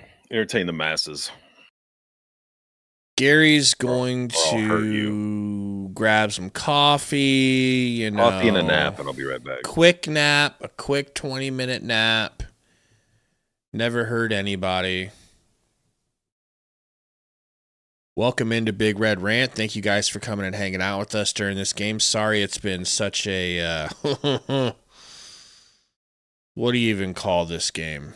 What do you even call this game? A stressor? It's been a very stressful game.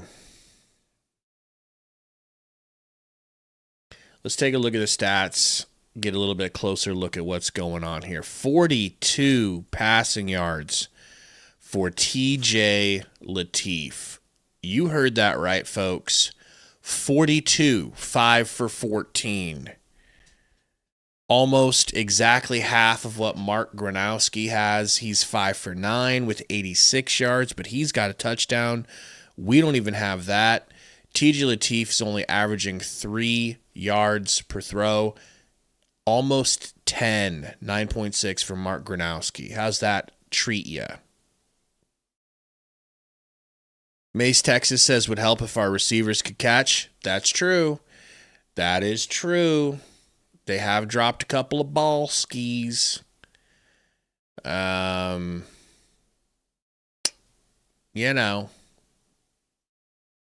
It is cold and snowing. I don't know if that's really going to have that much of an effect, but it can't be nothing. Emmett Johnson doing everything for us. The day we lose Emmett Johnson is going to be a sad, sad day for this franchise, for this program.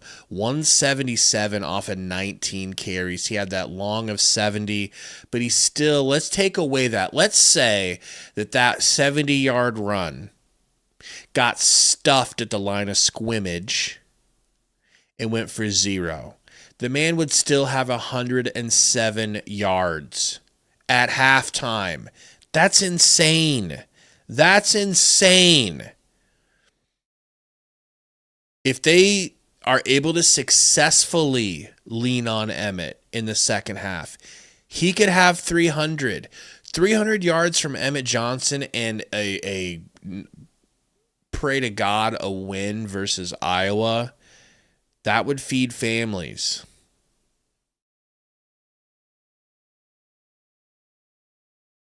Not saying I think that's going to happen, but it would be nice. David Goatney says, seems like TJ is putting the ball where it needs to be. We just can't catch. He's putting it good enough of where it needs to be. I will agree with that.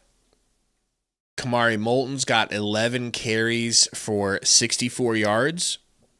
It's not a crazy amount of yards, but 5.8 per carry. Come on.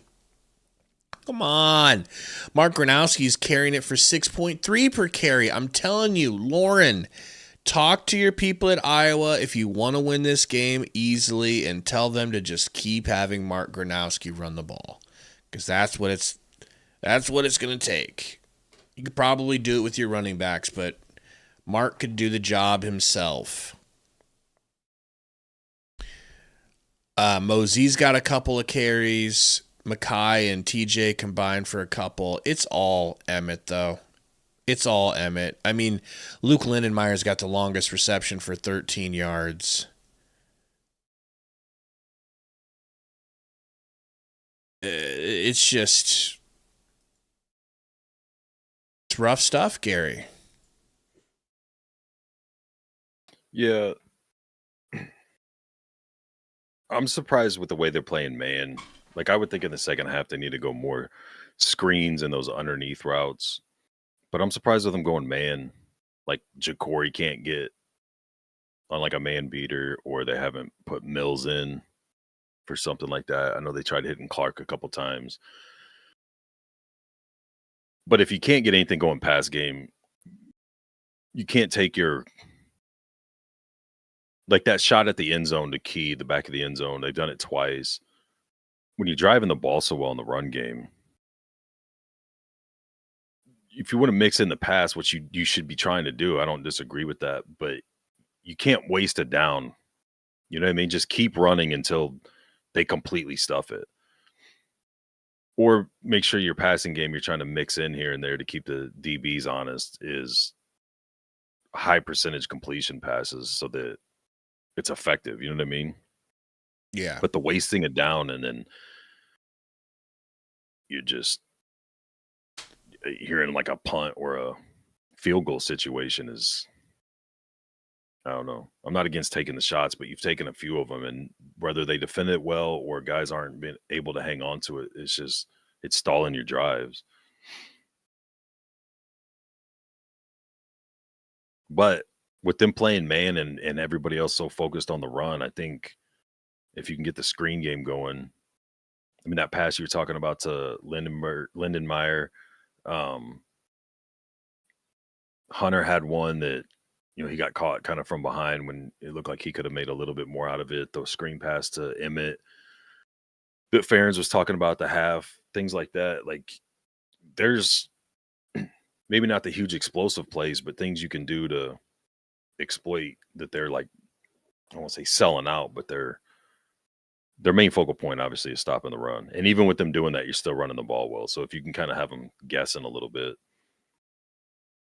you might be able to gouge them even better on the run. And if you can get one or two of those to pop, at least extend some of these drives.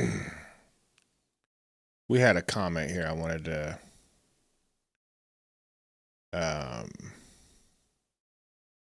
ask you about. Let me see if I can find it. I think it was Steven from.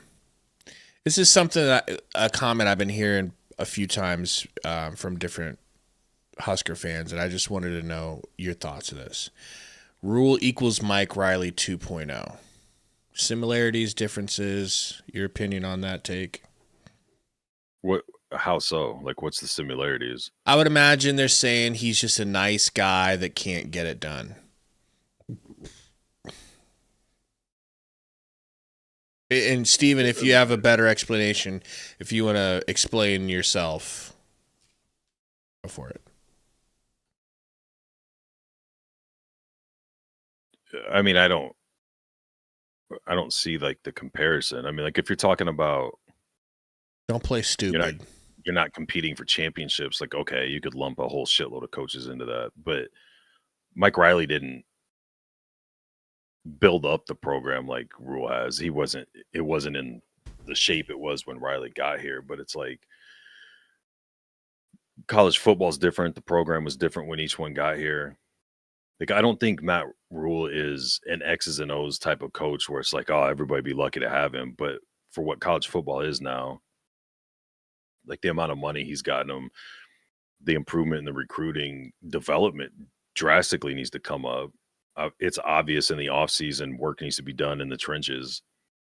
But I don't know. I like, again, I keep going back to it because I think it's what's kind of altered so many people's opinions. But when we were winning 4 games a season to where we're at now, there's no question that there's a huge improvement. And it's not, and people go, oh, we'll just settle for mediocrity. Well, no, Matt Rule's not sitting there saying, well, this is it. This is what I wanted. This is the finished product. Like he keeps saying, we're not where we want to be yet. It's not the time frame, blah, blah, blah. Like everybody agrees with it. But if you can drastically improve your line play next year, even if you lose Emmett to the NFL, like you're going to look better, overall the team, the game's going to look better. I don't know the Mike Riley thing. Like I need more. Like, what do you mean? Context. Yeah. Just like if you're going sheer record, like average in the Big Ten or whatever comparison, like, all right, yeah, there's no denying that's pretty similar, but I don't know. I don't think Riley came in and replaced a 9-10 win coach. He didn't come into a dumpster fire and it's like, okay, rebuild this. That's a great point. So point. the decline that happened over Riley's era is a stark difference from one of the worst teams in the Big Ten to gradually and slowly, but over time, gradually improving under Matt Rule. So I don't know. A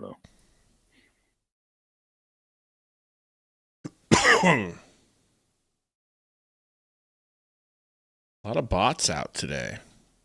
Is there? Oh yeah. Somebody was saying Rule's he's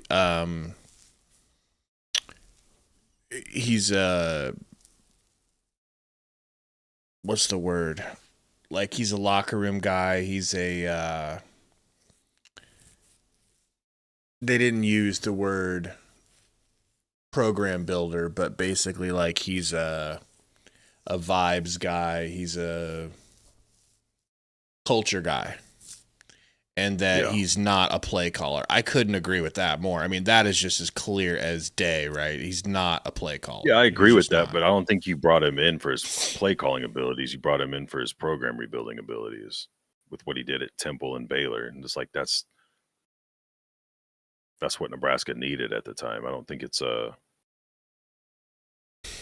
he runs a suffocating defense or he runs a air raid or a option hit. Like I don't think anybody talked about scheme or play style when he came. It was that he could take Nebraska from the dumpster fire that it was to being back to being competitive. And it's game by game, people determine if that's happening or not. But when you look at the overall seasons, I mean, it's better than it was under Frost. It's way harder, Isaac, in the Big 10 than the Big 12. And then, like you're saying, it's better than with Frost. That's what I was going to say to Brian, because Brian is saying, like, oh, yeah, our culture's so great. Dude, I think it's better than it was with Frost. Like, it was pretty damn good this year when we were winning. We had a really good record, and then I don't think the culture is the problem, Brian.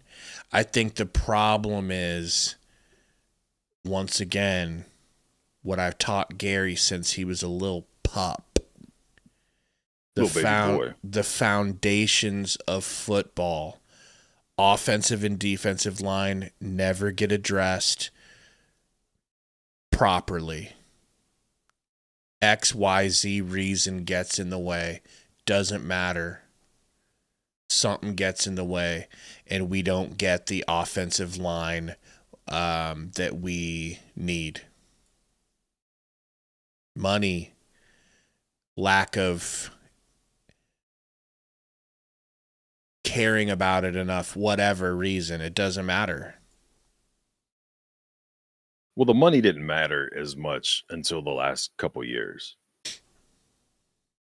You know what I mean? Like, it was illegal to pay players or do whatever. Like, that's a last 4 or 5 years type thing, especially the amount of money now. But like the extension that a lot of people are upset that he got, he's not making more money. It just added 2 years to his contract.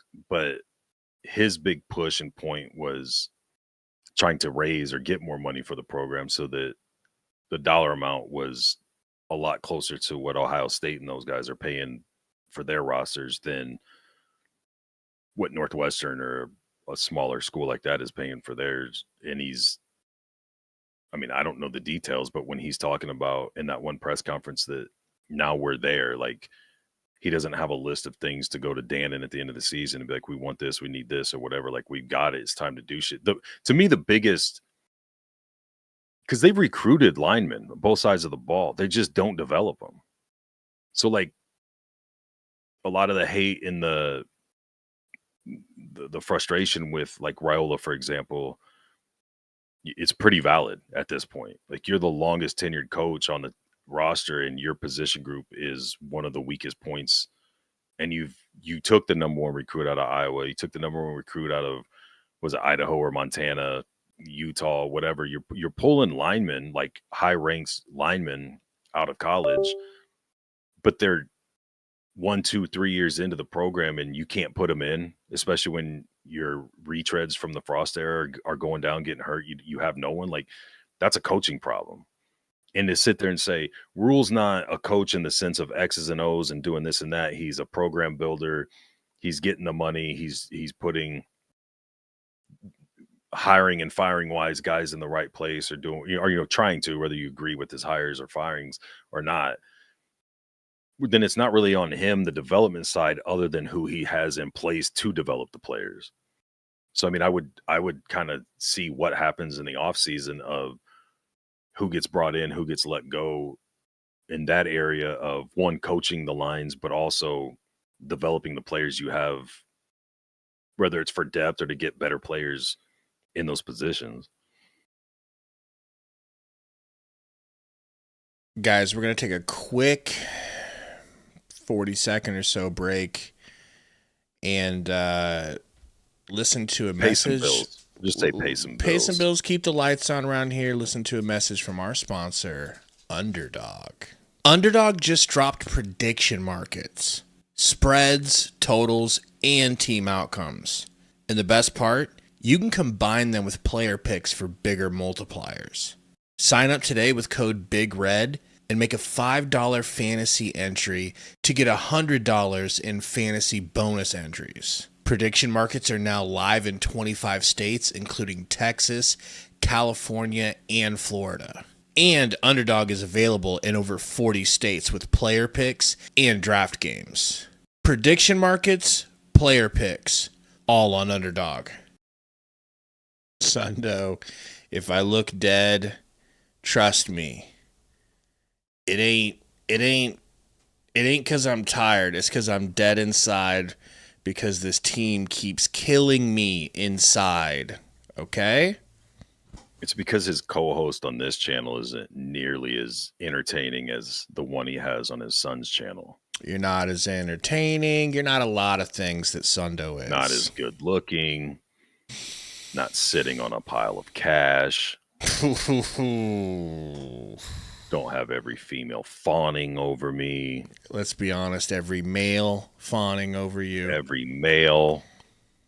Men want to be with him. Women want to be with him. You know.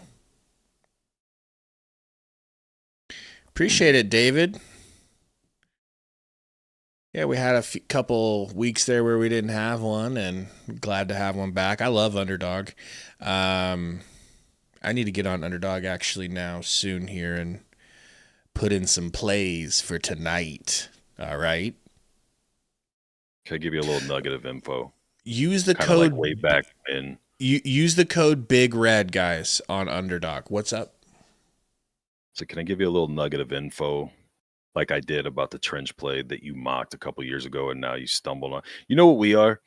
I'm an Android, and you're an Apple. And I'll say things, and you scoff at them, and then 4 years later, it dawns on you, and you're like, "I just came up with this. This is my thing. I'm a genius for this." Here's how it really went down. You were right. I adopted that way of thinking back then, but I still mocked you for it because of saying the foundations of football was just so meme worthy. Well, you know, I figured I'd have to dumb it down for you, for your little brain to absorb. Sundo says, so I got here. I just got here. Give me a synopsis, Gabe. Okay, so this game in a nutshell: the Huskers come out 3-and-out. Iowa 3-and-out. Huskers touchdown. Get a good kick return, sets them up, touchdown. Give it back to them. Immediate touchdown. Kick it to us. 3 points. Kick it to them. 3 points.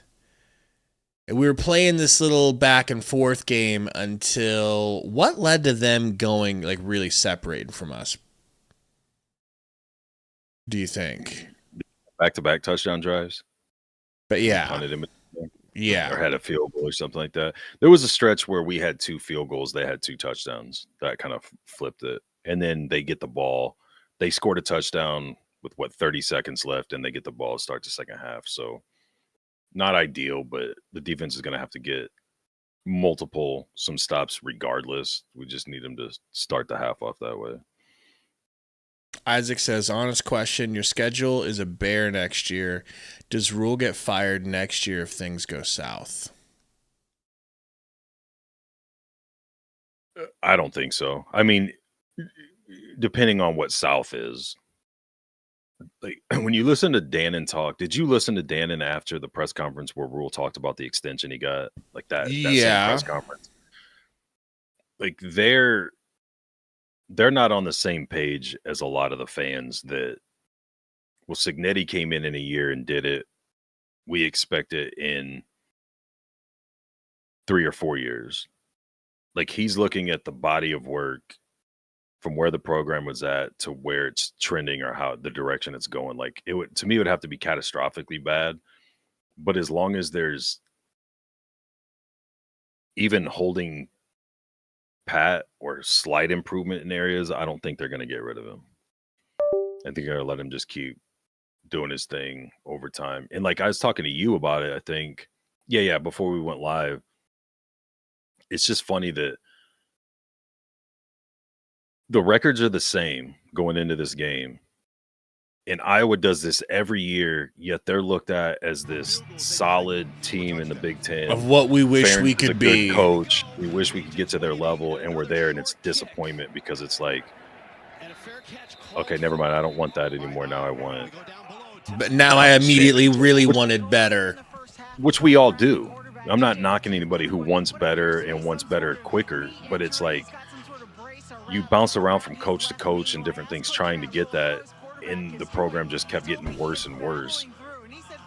And it wasn't like a decent place that just needed a little shot in the arm to get over the hump. Like it had to be completely redone.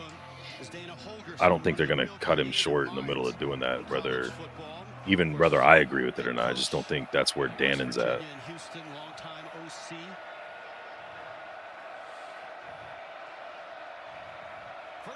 Three-man front again. Let him get downhill. Jump it. Flag. Flag right away. What would that flag be? Top of your head. What do you think that's going to be? I don't know.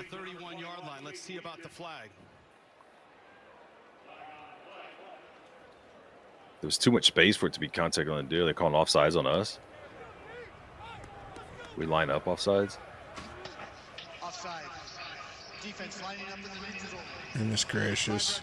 Not surprised. We lined up offsides the entire first half and didn't get called. Going for gold, $4.99. Dono says in college football development, Signetti took a bunch of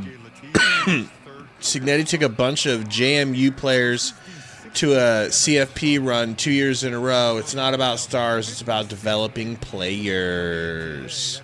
That's a great point, man. Thank you for the dono again. The one argument you could make, and we won't know until it plays out, is he's technically been developing those guys since they were at James Madison. Like, Dion looked like the guy when he brought all his guys from Jackson State, and then as they progressed and left and everything, now it's a dumpster fire. So, I mean, as Signetti has to recruit or go into the portal to get other guys that he hasn't coached for 4 or 5 seasons, you'll see what he's. I mean, maybe he will. Maybe he's a great developer and everything will be fine. But maybe he'll realize it's a lot tougher. You got a lot of these like prima donna type guys coming in with these high rankings or whatever, and they're not as coachable as guys that are having chips on their shoulders because they're playing at James Madison instead of a Power 4. It's Howard in motion. A 2nd and 5. The front. Yeah. Had him behind the line. Who's hurt? Some run here in this game, and he picks up a first down. Shavers made the stop. Shavers. It felt like Nebraska had some guys in there just to miss They tackles. did. Just Gave it whiffed. right, missed a tackle.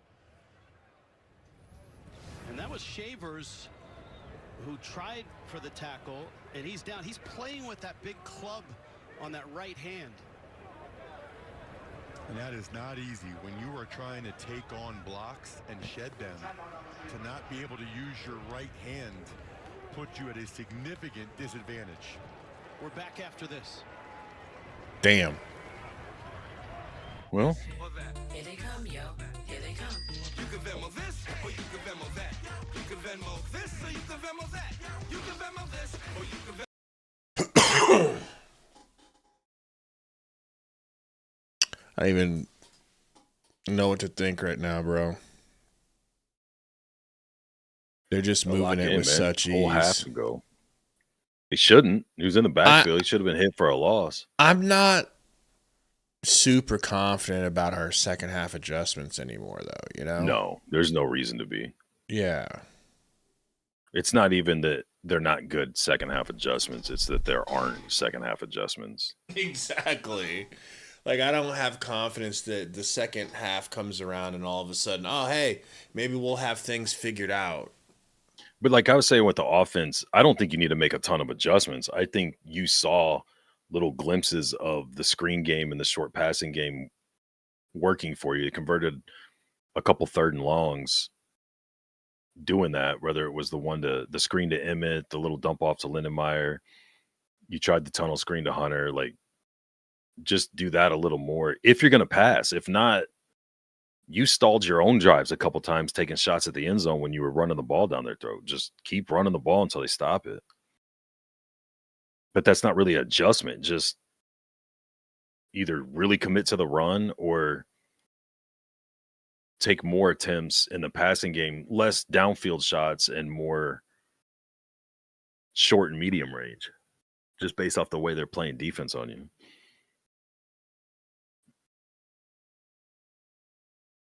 Wow. Thanks, Corn Dodger.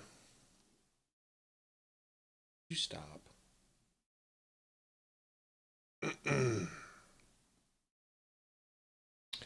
Bubba, this is Duchess. Her dad's laying across my lap right now, and then she was begging to get picked up. That's one of his 27 dogs, folks. Just one of 27. All right.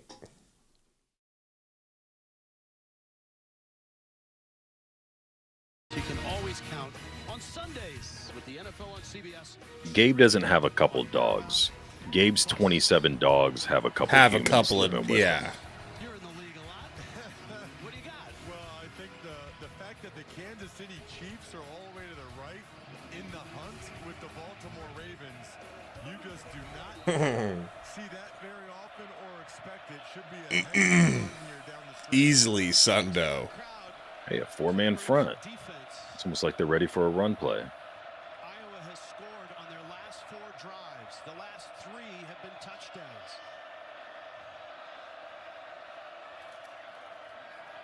Hand off. Swallowed up. Way to steal the edge. In to make the stop, and again, that's the freshman Nathan McNeil. Here's the possessions in the first half. Well, it's just Well, they had 3 straight touchdown drives. by Iowa offensively. Nebraska has to I thought the field goal was in between the first and the second 2. Stuff right there against the run gives them a chance here. Now, we need 705 watching, guys. Help us out. Hit that like. We are way under on likes. We're trying to hit 500. Can you help us? Guthrie comes up. Stick with the tight end. Stick with the tight end. They'll stay on the ground. Javen Wright I just don't understand the 3-man fronts, man. gets Kamari Moulton, who's back in. Well, they're a passing team. We got to have everybody back there to stop the pass, Gary. Well, then they bring up, like there, they brought the safety up. They had Jones come up on the last one. He made the tackle off the edge, but I don't know. Even if you have guys in play, like why give them that much space to get momentum going to set up, especially when they pull as much as they do. They'll get in their chest right away. There's a bigger front, but they'll probably drop back. 3rd and 5. Man on the edges. Oh, pressure. Wow, gets great through. job. Got him. Oh, my Oh, God, man. Gronowski. Oh, my God, Gronowski. That's good defense. Watson Trent got to get him down, though, man. Bro, he was doing He some had 2 shots. shucking and jiving. Bro said, get on down, get on down, get on down the road. Type shit. Good luck he didn't get a late hit flag. At the end of the play, Gronowski didn't appreciate it. Dakin to punt. Probably let it go 'cause Watch he the just fake. jumped him and Watch ran him. the fake. All right, they actually yunt it. Ooh, what a catch. Oh, no. No, no, no, no, no, no, no, no, no. I think he was Gary. down, wasn't he? Gary. Calm me, Gary. I think he was down. Time for you to calm me. With a gunner right in his face. Illegal shift. Kicking team. Nice. All players got set. 5-yard penalty. Will replay 4th down. They definitely want him to kick it again. You definitely want. Was he not down? Some of the players were still moving when the ball was snapped. I mean, I do think he was. I'm just a scaredy cat. Oh, yeah, he's easily down. Yeah. I still like the idea though of having Iowa. That was a great breakdown, though. Our guys would have Yeah. just dove at his ankles and missed on that spin. Nebraska should get $5 dono from Bradley Mustaine says, not so fun facts. No Runza in Wilmington, North Carolina. No Big Red Rant hats either.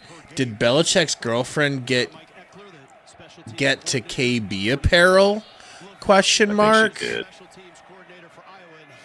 She just did. Here's the kick.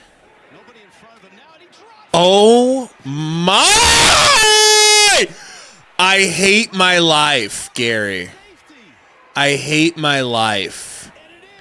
I hate my life. All right, Barney's got to be done. Both sides of the ball. He's doing nothing on offense for a month and a half. And now this shit. Like, put Mills in at wide receiver. Williams returned punts and kicks. Good Lord, dude. That's probably ball game.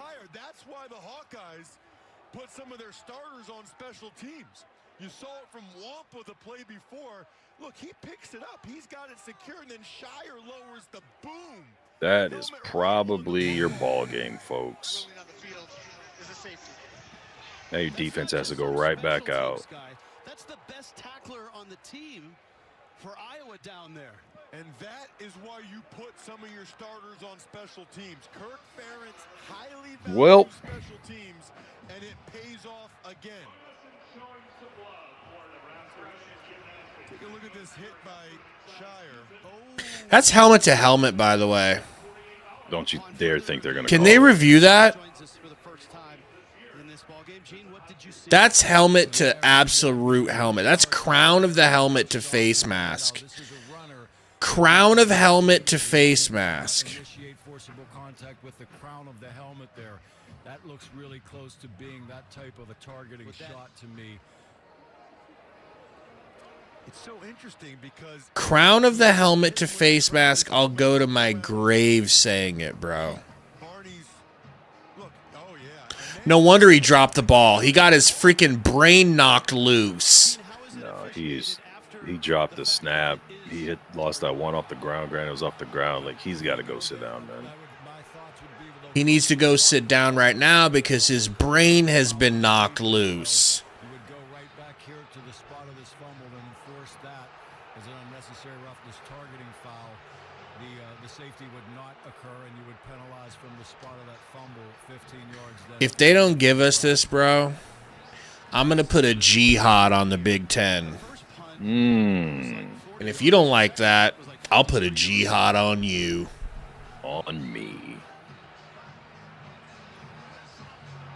Well, you don't see that very often where his helmet hit Barney's helmet, and then it came down and hit the ball. Look. It's all crown of helmet to helmet, bro. With the crown, which is the 6-inch radius from the very top. Well, from this Matt reaction, Rule clearly thinks it is. From this reaction, I'm not sure it's going to go his way. They didn't give it to us. They didn't give it to us. And it has not gone their way. Gene? Yeah, I'm surprised by it, fellas, quite frankly. I mean, when you watch Shire that with, he's got his arms to the side, too. So the first contact that's made with the returner is with the you said it, Ross. It's the 6-inch diameter. What can you say, Gary? Requirements for a targeting. So not only is it 2 points for Iowa, but they get the ball and they get Weegan in a return. And Weegan all the way up to the 48, 49-yard line. Ball's loose. Nebraska trying to Bro. And flags come showering down. That was so helmet to helmet. Crown of the helmet. How could they let that not get reversed? Don't How worry, could they they'll do flag that? or whatever just happened there. You said it, Rich. Massive turn of events. Every aspect of it. After the play was over, unsportsmanlike conduct, Iowa number 23, that is his first of the ball game, for pulling a player off the pile. Iowa ball, first down and 10. So if they That don't help me out at all, you alcoholic looking ass ref. I'm going to try to take it easy on you because I know your face is cold. This is a relatively new rule. You are not allowed to pull guys off of a pile like that. So that's the right call by the officials. Because when Oh, did the officials get the right call? Did they? They wouldn't miss one. They wouldn't miss I'm one. so glad they got the right call on that non-consequential call.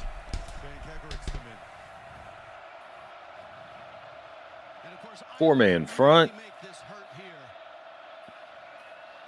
Hand off. A-gap. Right side, 2 yards. Donnie Jones made the stop. Field position. Some of this is Weegan's return, and some of this is Weegan's influence on kicks. I mean, Nebraska finally got a stop. And then they end up giving Iowa 2 points, and the defense has to go right back out on the field. Can they get another one? Back-to-back stops. Three-man front. Great. So at least a 5-6 yard gain here if they run it. They're going to throw. short one. And Zach What, a half a yard? Only for a yard. Knocked out of bounds. So we got 3rd and 7. Sizable third Nope. down, 3rd down and 7. Gives them another chance here on a 3rd and long. The last time they came with pressure, and it worked. Now watch the quarterback run. Marquez, Watson, Trent, and Moulton was not able to do a good enough job. If I'm Nebraska, Please. This is not a good down for the Hawkeyes so far this year. 4 down, McCall on the edge. He drops back. Lots of time. He's the spy. Deep ball down the side. Good coverage. It's incomplete. And Nebraska's going to get the ball back. Really good coverage. Man, credit to this Nebraska defense. Yeah. A lot of credit to the Nebraska defense. They could have folded there for That sure. could have unraveled easily. This one. Outstanding coverage by Marshall. Marshall. They love I thought that ref was reaching for a flag. Andrew Marshall. He's kind of the template, Rich, for what they want in terms of transfers. They like climb-ups from lower levels, not kickbacks from top 10, top 20 programs. He came from Idaho. Don't worry, we still got Barney back there. And this is Barney who holds on to this one, gets to the outside. Oh, boy. Oh, boy. All right. It's a good return. Make up for it a little bit. He heard me. He was like, No, man, flag. click on They're going that to bring bit. it back. We'll bring it back. We'll bring it back. That was too good. To set in motion that safety. Takes it back to midfield. Probably targeting on Nebraska. Mm-hmm. About the penalty. Yeah, I'm sure we put the crown of our helmet on somebody. Happy for him to have a hugely positive play after that fumble.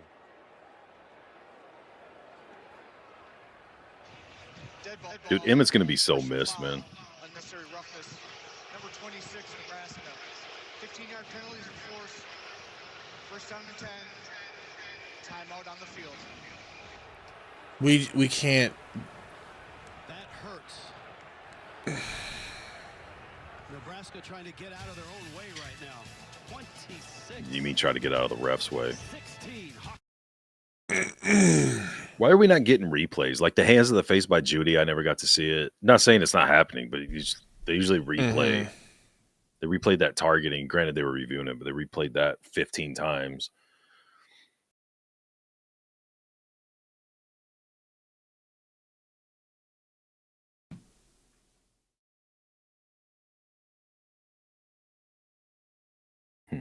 Can you explain to me why that crown of the helmet to the face mask wasn't? Is it okay if it hits face mask? I don't know what makes certain rules and not. See the most pity patter shit be targeting or guys get ejected for it, and then you see stuff where it's like, okay, I think by the letter of the law, and I mean even the official commentator guy was like, yeah, that's like textbook targeting where the crown of the helmet hits, blah blah blah, and then it's like, nope. So I don't know. I mean, they could look you in the face and tell you that someone fumbled when they never dropped the ball at this point. Like the way that some of these calls come back and they're the exact opposite of reality. And I do hate coming across as a complainer, but well, I mean, some of these are so stark. I mean, some of these are so valid. It's not It's like pity patter holds that we're bitching about not getting called or whatever else. It's like they're not even trying to hide it sometimes.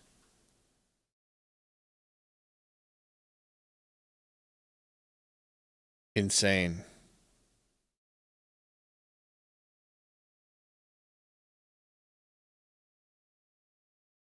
And this bro's wearing a red curly wig to this game. How stupid does he feel if we lose? I would feel stupid even if we won wearing that, but that's just me. That's just me talking. That's just him talking, folks. That's just him talking. Where Iowa has a 26-16 lead. I want you to take a look right there. One of the Iowa guys on the punt team is down, and 26. It's hard for me to, I don't know if that's Turner or Mangini, but he hit him twice Mangini. while he was down. Looks like it's Mangini. You just can't do that. When a player is down on the ground, they're considered to be. No, he should have speared his helmet into his face mask. That would have been legal. It's a penalty. Finally, Nebraska's offense gets to touch the football. Handoff. Emmett up the gut for 3 or 4, perhaps. I'll get the next play up for you guys. Sorry about that. Nebraska's first half possession chart. They're moving it effectively. Yeah, Ernie, that was crazy. Luckily, they reinstated us. They had us blocked. We weren't even going to be able to stream this game. But then just out of the blue, they probably felt bad for us. They tooksies backsies. Play action. Latif. Please, Latif. Oh. It's incomplete. Man, I could use a connection on one of these deeper throws. That was outstanding. Just even short passes, man. Just keep the ball going. That Latif even tried to go there against that zone coverage. No chance with both Wampa and Lutmer in the area. What was the scouting report? Kill him with relentless completions? Yeah, that's usually going to be underneath. Empty set. We haven't seen Latif use his. All right, empty. 5 wide, empty backfield. Four-man rush. Latif. He is going to throw. What are we doing? Neither Key nor Latif are on the same page. Look. Dude, you get 6 yards on the carry, and then you do 2 horrible pass plays. He's inside here. He's going to run an in-breaking route. What are we doing? This is really their top receiver. In-breaking route against Shire. He's open. He stops. And Latif thought he was going to keep going. Usually you have an. Why would he break it off that short? Zone. Against zone, you sit down. Against man, you keep going. Weegin back. Let's punt it straight to this guy, too, shall we? So right at the 29-yard line, the ball right back in Iowa's hands. They got a 10-point lead. We're in the third. And we're in the Okay. Man, this is bad. I'm not trying to gloat. I just want to point out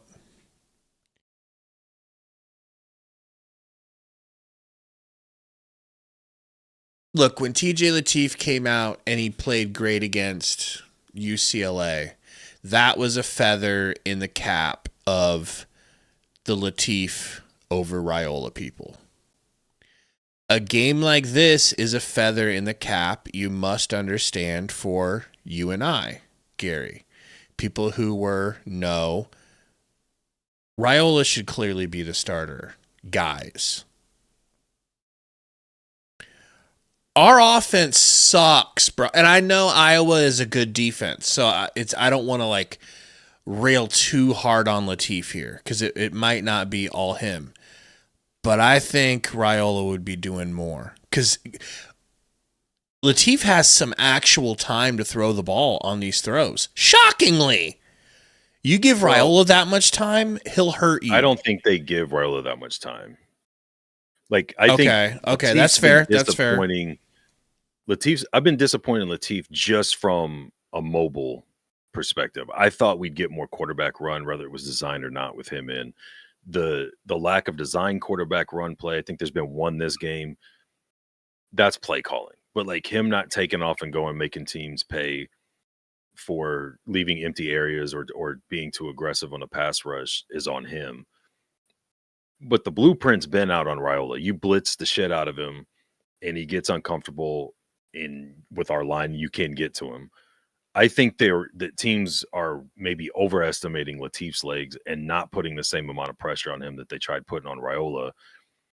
But either way, he's not making him pay one way or the other.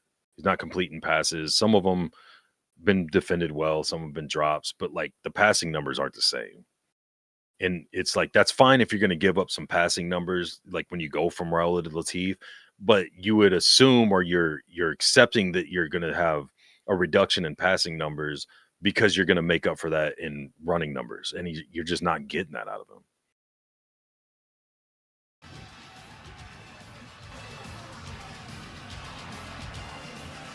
I'm learning a lot from you. You writing down all this? I got a recorder going. Iowa on top of Nebraska. Sits at the 29-yard line.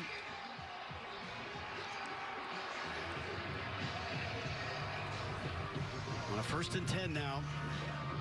Mark Gronowski. I basically need a 3 and out, or it would be even better if we get a defensive score, but Nice job chewing up clock.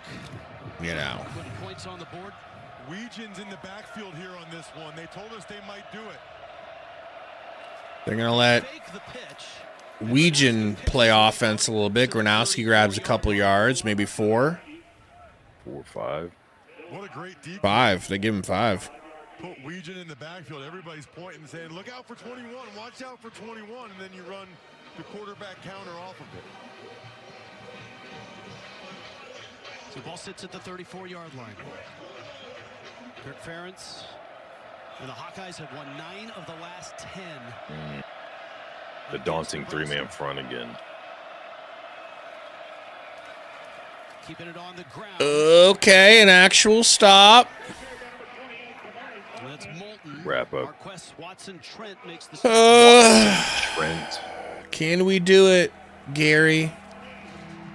Can we get a skibbity stop? Field here on 3rd down. Watson Trent is fired up. He's made a number of plays here in the second half. 3rd and 2 gives Iowa a bunch of options here. They're going to start under center. Which leads you Under center, and they've got, what, 3 to go? 4-man front. It's play action. Play act. Handoff We under actually got a pressure. little. No! No one's there. Absolutely no one there. You gotta be shitting me, dude. 25 to the 20. DJ Vonemi. What are we doing, man? They were ready for it. Watch the right side of the screen. Sierra Wright was ready for it. He's going to come flying in. You can't see him yet. But as soon as Gronowski fakes the ball to Patterson, Sierra Wright coming off the right side of the screen. He knew it. He knew it might be play action pass. And he just doesn't break down and dives at his fucking legs again. Outside you and break contain there. That's a perfect call by Nebraska D coordinator John Butler. That's just the player, unfortunately, not executed. Vonemi now 3 catches, 91 yards. And this is Patterson. This game's breaking over, man. through. Nothing going right now for Nebraska. Iowa has the momentum and the lead. This game's Jover. You see, Iowa brings counter, one of their So here's where we're at. Okay. guard kicks out. Are we still doing framing? It is. Oh, Nebraska's got too many guys on the field. I mean, framing. They got him off It's the an top. Archer reference. And Patterson, oh no, the flag did come down. The near official where the man was escaping didn't flag it. Same record as last year? It came from the end zone. After the bowl? That rule is saying, hey, he got off. With an opportunity to be 1 game better with a bowl flag win? on.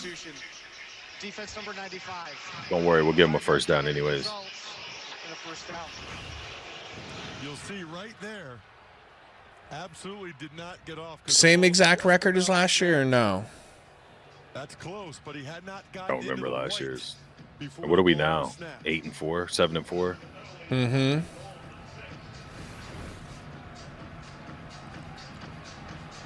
Absolutely critical, Rich.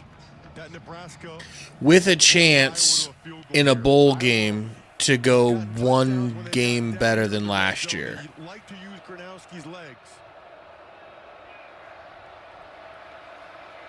McNeil in the backfield. Gronowski Good stop. I'm sure we'll get called for some sort of helmet to the 6. helmet there. Gene Stearns iPad. adding for a player to get off legally, he's got to be into the white. Yep. So a field goal here, and Nebraska's, it's still a 2-score game. And you got it. Which is no big deal because we can score at ease, especially on these guys, so don't worry about it. Mace, Texas, is Emmett hurt? For a Nebraska comeback.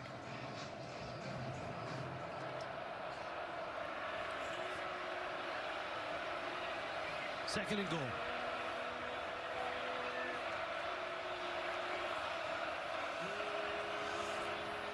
Gronowski. Time. Ugh. Sets. Bro looking like Joe Montana out there, Gary. Coverage by Nebraska. This has happened at least 3 or 4 times. We'll check out the all-22, see if any Hawkeyes got open. I mean, maybe he could have tried to hit Vanderzee over the middle right there with Donovan Jones behind him for a second. Once he got into that position, Gronowski did a good job not trying to force it. Absolutely cannot turn it over here if you're Iowa. At worst, reserve the right to kick a field goal. 3rd and goal. 3rd and goal. Gronowski hit a Steve and he's in. Touchdown. Ball game. Iowa. Who would have saw that coming? Hey, Lauren, what did I tell you? What did I tell you, Lauren? We've been saying it all day. Watch 2 things. Pieper and Jones over here, and then the back lead up. These are the key blocks. They eat up the linebacker. Then he only needed 1 block. Might have scored anyway. That was a heck of a block there. And Iowa is in the end zone. Ain't that again. the truth, MWI? Point is up and good, and Iowa has some distance. 33-16. We've been saying all day, when Iowa gets down near the goal line, they like having Gronowski leading the way. Marlon Greatness says getting sunned by Iowa again. Really worse than before. Way worse than much before. worse. You know? You just can't have this bad of an offense. Outside of Emmett, there's no offense at all. I mean, this is worse than when we didn't have a quarterback and we were putting Is it worse? anybody that resembled. Yeah. You can't do anything outside of Emmett Johnson. Your other running backs with their couple carries, hardly anything. The passing game doesn't exist. Your quarterback refuses to take off and run. Looks no different than Raiola standing back there. Even when he has, like you said, he has more time than Raiola usually has. Yeah, early on, he had some really nice passes that Key should have caught the one. They played really good defense on 2 of them. But since then, like, the ball hasn't been in the vicinity of a receiver, whether that's guys running the wrong route. It doesn't matter what the reason. Like, it's just bad. Horrible, horrible passing game. And now you're getting to a point in the game where you're just constantly asking your defense to go get a stop. Where we had 2 possessions this half on offense. Both punts. Raiola's still at 42 passing yards, by the way. I mean, Raiola Latif. Yeah, it's horrible. GC Yours says Latif is overrated. I mean, overrated by a lot of Husker fans that thought he should be there in over Raiola. You know? They gotta do whatever they can to stop Raiola from leaving, bro.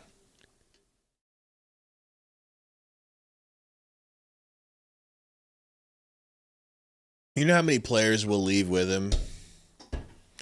I mean, I feel like Barney is probably gone. Miami's not going to stop calling him. You know?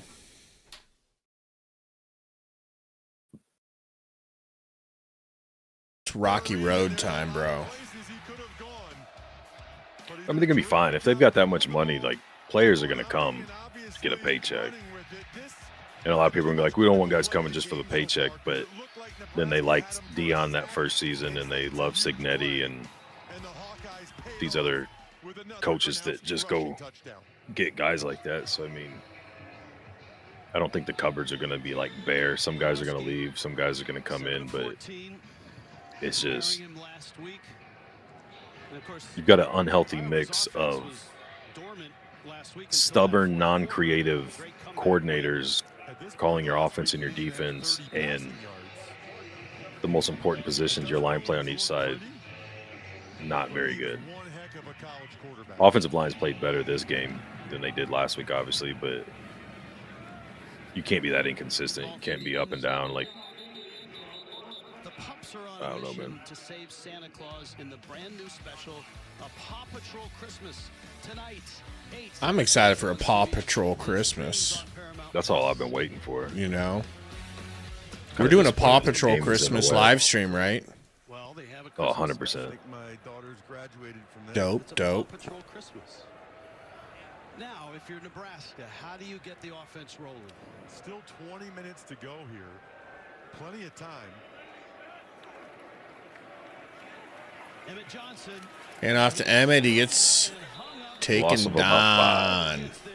He's made a lot of big. You think they knew it was going to Emmett? Now I get it. Now I get the Cooper DeJean comp. Watch Lutmer. He's not even on the screen yet. You'll see number 6 coming from the right side like a missile. He sees this. Watch number 6. Comes flying in. I mean, the way this season's ended, and especially like how exposed Nebraska was on both sides of the ball once it got into the heart of Big Ten play, I would honestly be surprised if both coordinators are back next year, or either one. Really? It's just, it's so vanilla, both of them. Last 10 meetings. Look at this. These are the seasons. I mean, shouldn't we be able to get better with more continuity of them sticking around, though? You're going to run the same 3 plays on offense and the same 2 types of defense all year long and think that these legit coaches in talented rosters aren't going to be able to basically have you beat before the game starts? Now run, dude. I mean, that's pass interference, number 1. But number 2, just take off and run if you're mobile. Like, I thought that's what we were getting out of this dude over Raiola. He's a thrower, not a shower. Oh, his He can't hammies. throw either. Yeah, his hammies pulled, remember?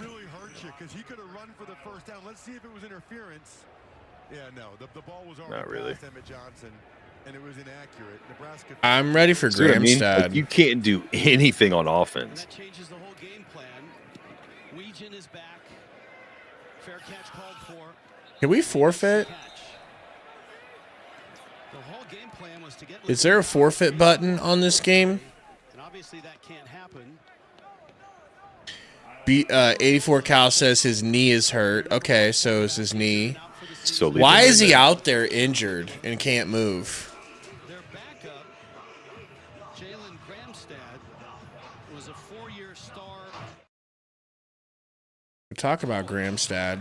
Well, it's interesting because there was a report about Raiola a couple days ago that Nebraska's bracing for him to explore his options. Although, honestly, I think most of these guys explore their options after every season nowadays with the transfer portal and NIL. Quick little 8-9 yard run.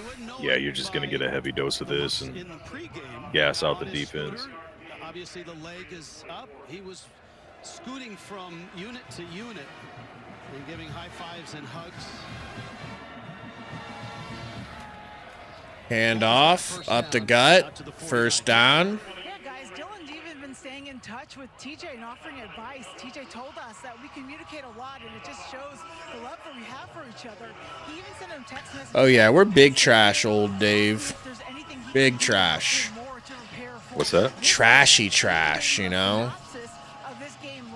He was just saying, can't watch this. We're trash football team, top to bottom. Gave him some great insight, guys. Well, I mean, It's pretty bad. right? I mean, Kirk Ferentz even told us this week, hey, on Monday, I start to recruit my own team again. Hand off.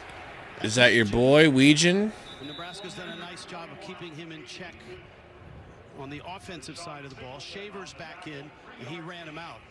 I think that is the reality of college football now. You know, this is the last regular season game.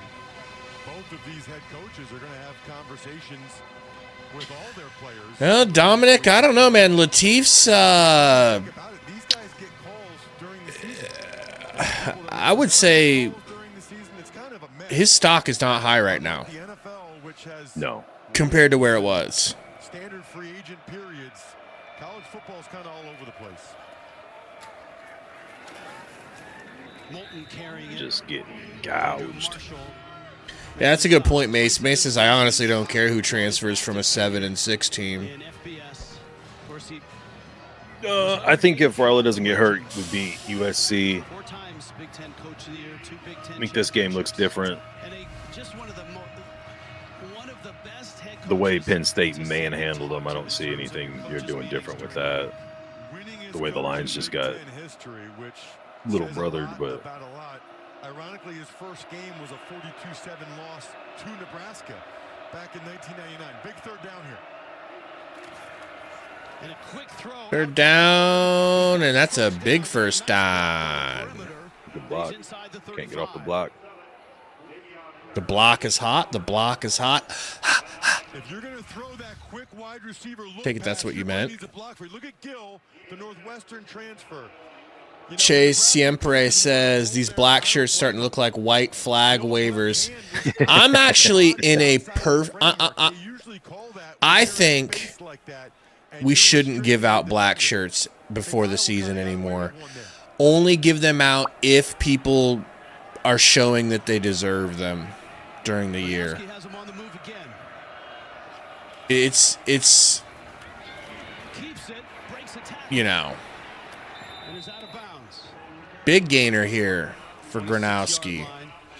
We got a $1.99 dono from Going for Gold. Says hard to watch, gents. That muffed punt was a killer.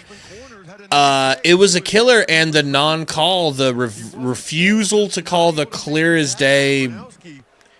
I mean, that's not the only reason we're losing. We're losing because we're trash. No, but that was a big swing. You know? You give them 2 points on the ball back. You put your defense out, try and stop again. The defense went up until that last touchdown with being on the field pretty consistent other than the 2 3-and-outs, and they didn't give up anything. I mean, they got that 2 points off of the muff punt, but they weren't even giving up field goal position. Made them punt a couple times. It was just a matter of time. You keep running them out there and then pounding the ball on them, but you're going to see this start to happen. The offense is, in my opinion, 1,000% the reason this game's going the way it is. You can't expect to score on every drive, but you can't go 3 and out every single time, have zero threat of a pass game, and all they have to do is worry about Emmett.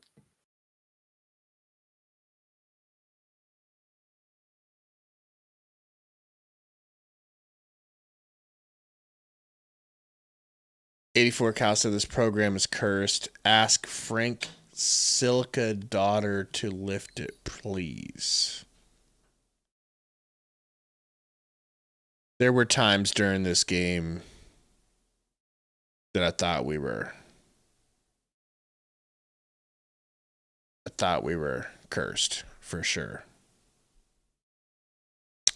That dog barking you heard was one of my other 87 hot dogs. Marlon says, Miss Bo Pelini. Eric McFarland says you can't win without a QB.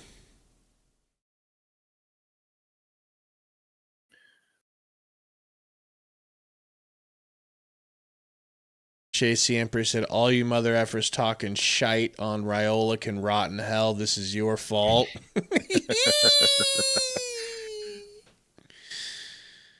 Yep. Don't know what you got till it's gone type shit. Gary.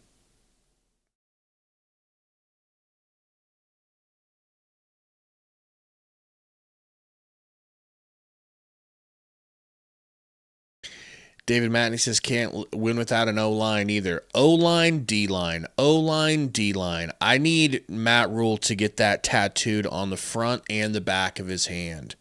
Oh, so whenever he has like a question about like, oh man, I don't know what direction I need to look at your hand. What does it say? O-line, D-line. That's all you need to worry about, Matt Rule. That's all. You don't need to concern yourself with any Philly pizza spots.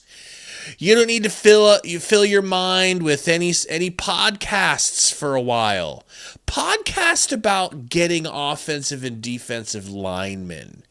That's the only guests I want to see is offensive and defensive lineman gurus that you're learning from. That's all I want to see. We got a couple of messages here. $2 dono from Bradley Mustaine says Gabe's dog has been the highlight of the game so far. Thank you, Bradley, for the $2. $5 from Taylor Martin says 2 years with 2 different offensive coordinators, and I can't honestly say anything's changed. No creativity, no tricks. Appreciate you guys. I don't disagree with that at all. No. I think a little bit better commitment to the run game than what Satterfield had. Better commitment. Yeah, Satterfield didn't like Emmett. Mm-hmm. Refused to use him and whatever. So, I mean, I'll give him that. But if Emmett's that good, that's not – you don't need to be a coaching genius to realize you got to get that dude the ball. How much time is left in this game? Too much. Please tell me what I just saw in the game was a highlight from earlier. Sausage filling or sausage dressing. It looks terrible. It looks like What are you talking about? No, it was second down play. Oh, no. No, there is not 14 and a half minutes in this game, Gary. No. No.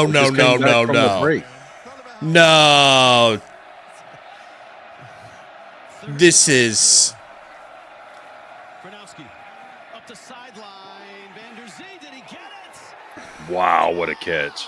What a catch. Bro. What a catch. Oh, Van der Zee.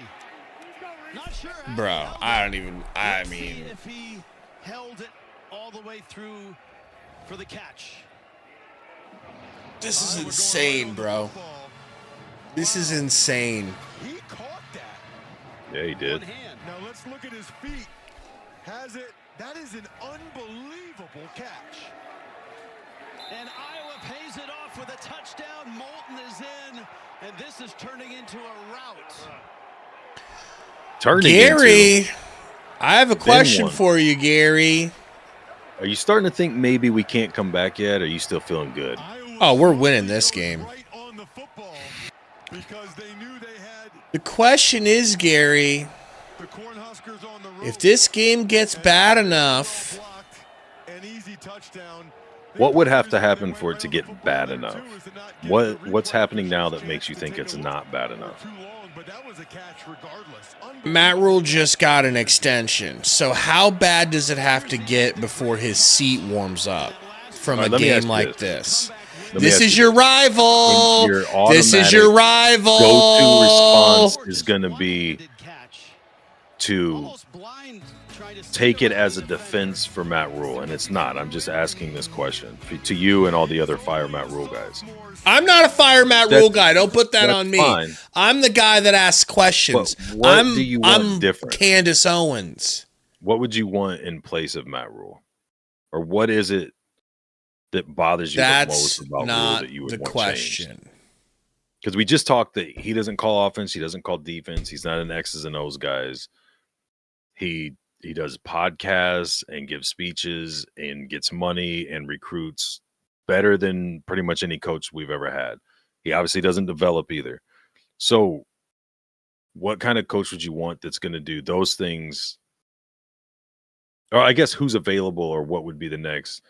I'm not saying that's a horrible take. I'm just asking, like, are we cool with just giving every coach, a new coach every 3 years a test run, and if there's not a Signetti effect, go to the next one? Or is there like somebody in mind that would be able to keep the recruiting where it's at, keep the money and the branding? The branding is a big reason why the money's coming in, and develop better and hire better. Because there for sure is. There are coaches that can do it. I'm just asking, like, who could we realistically get? I don't even want to get rid of Matt Rule. So I'm really, truly not on that side. This is just a question that's popping up into my head because you're getting one of the ways to accelerate your. There's two ways that we've seen for sure. Frost was still we were still trucking along with Frost until he lost a game to Georgia Southern by a lot. And then We it were was not like, trucking along with Frost. I It progressively got mean, worse he and was worse on and the worse and hot worse. seat, but that was a game that was an immediate, okay, the heat of the seat just got cranked. You know that, right? Huh? You can't be trucking along and lose a bad game to Georgia Southern and get fired. Like you had to, like you said, I just mean you can't be trucking along and be on the hot seat. His seat was at about a 5. It was obviously higher than that. I think it got cranked all the way to 11 when he lost that game. So what I'm saying is I think Matt Rule's seat is at like a 1 out of 10 hot seat. And I think a game like this to your hated rivals, if it gets up to like a 55-16 game, I think this could take Rule from a 1 on the hot seat to a 4. What does that do? Shut up. I'm just asking. You know what I mean? Does this actually begin a hot seat conversation for him? All Hawkeyes, as this senior class is I don't know, man. I feel like there's such a huge disconnect between the program and the fan base that it's like, no, like I talked about earlier when you listen to what Dannon has said, they're looking at this as a long-term rebuild. And from the fan base, yes, he's probably already been on the hot seat for a while. All right, now, Nebraska trying to move the football. Their young quarterback has struggled in this environment. Kurt Ferentz. You'll do anything for Matt Rule, won't you? Hmm. I'm going to change your name to Gary Rule. Gary Rule. Now, did we just throw a short, quick pass and gain half of the distance we need? We can only do that once the game is Good thing out we of didn't start reach. doing that in the second quarter. Iowa's better teams over the last 10 years with 4 losses, but with the schedule they've had and getting so close to top 5 victories, you talk to some Iowa people, they think it is one of the better teams they've had over the last decade. Latif ski, deep throw ski. Why is Latif still out there when we know we can't run, bro? He wasn't running when he could run. But I mean, now that we know he's injured, for sure, we've seen him limping and gimping up the field. Doesn't matter, dude. The game's over. It's the last game of the season. What are you saving him for? You don't want to hurt him worse, right? I'll hurt you. Oh, 4 shit. wide. 3rd and 5. 3rd and 5. Nice little Emmett. Emmett almost gets it. I would imagine we're going to go for it here. And, yeah, they got to go. Johnson, you know. the first down. Lutmer with another tackle. Of course, Matt Rule. You just got to. Seth says going to be 0 energy for the bowl game, calling it now. Maybe, or maybe the last 2 L's will light a fire under their ass, and Matt Rule will be able to use that to motivate. We need 4 or 5 more L's to get a good fire going. Fire 4 or 5. Harburg Okay. under center. Who was a starting quarterback 2 years ago, now is a tight end. So Harburg's going to keep it himself. Harburg keeper. No, he did not get it. He didn't even get close. He got stuffed. That's a generous spot, and I still think it's short. If they review that, it's Iowa's ball, by the way. There's no way he got that. He hit him in the shoulder pad too, bro, to stop him. Hey, he might have got it. Oh, maybe. Latif back in. And Johnson no longer is making the big runs like he did in the first half. Godfrey another tackle. The orange line is unofficial. He had to get to the 36. I still don't think that was a first. No, it absolutely was not. 2nd and 8. Latif. Okay, Latif to Linden. Xavier Wampa, who's had a really nice afternoon here in Lincoln. I like now we're going to quick passes. In the stands. Well, yeah. Junior tight end from La Vista, Nebraska. You know, Short here for the Cornhuskers. that's what's most effective. So now we'll do it now that there's no chance to win. And he's across midfield. Don't you get it? They don't have enough time to just See, boy? You see how that works? See how that works? Now he goes and he fetches the quick passing game. It's so impressive. I mean, he had a lot of, watch him make these guys miss. Oh. I mean, what is that, the B button? I don't play video games anymore. You guys can let me know, but his jump cuts have been super impressive today for Johnson, who now has 200 yards rushing. 3 wide. 173 of those in the first half. Now Latif with the sore leg firing towards the sideline, and he's overthrowing just about everything. And that goes back to your point about. Can we get Davia out there? A young quarterback trying to make that adjustment. Well, this is certainly not. I wouldn't mind. DJ Latif was hoping for, You know? in his first home start. Well protected, has time. Who's he throwing to, by the way? The ref. Again, who else? Now, you still sure he's better than Raiola? Oh, you know I've been clamoring.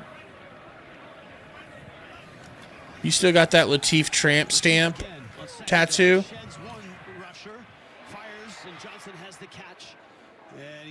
Or did you get it lasered off? What's that?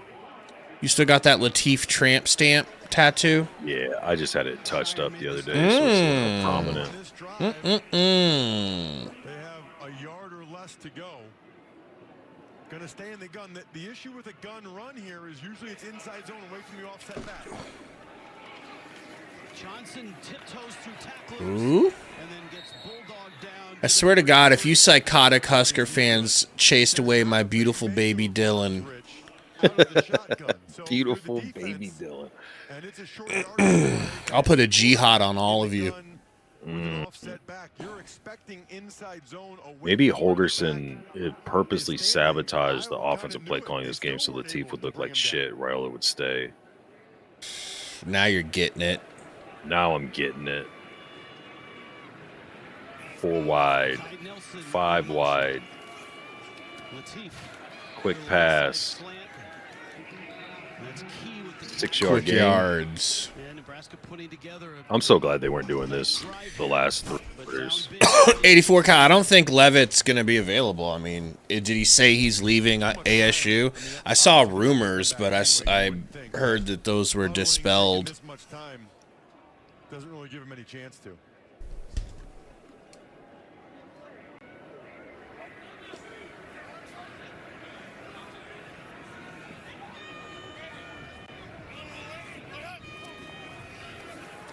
Latif. Trying to thread. We'll just throw it out to Mosey out there real quick. The intended receiver. Don't forget later in the game, the play of the game presented by Jersey Mike's. No, Matt K. According to Gary, there is no reason to break out the Dewey Fire head coach meter. On the fumble. I mean, fans can talk about all they want. I'm just saying. They what can talk Dannon's about it saying, all they want. It's like saying we should get, After that, third down 4. I don't know, some NFLer to come out of retirement that still has a year of eligibility. We should get an NFL. Shut up. That is a great rebuttal, by the way. They're going to go for it, obviously. Felt good. They're bringing in the heavy set. They call it Big 12. Royal Pine Gaming says that was a terrible game to be at. Were you there, Royal Pine? Are you on the Can you imagine sitting interstate? there freezing, watching this shit. Yeah, dude. Johnson's in the backfield. He's very deep.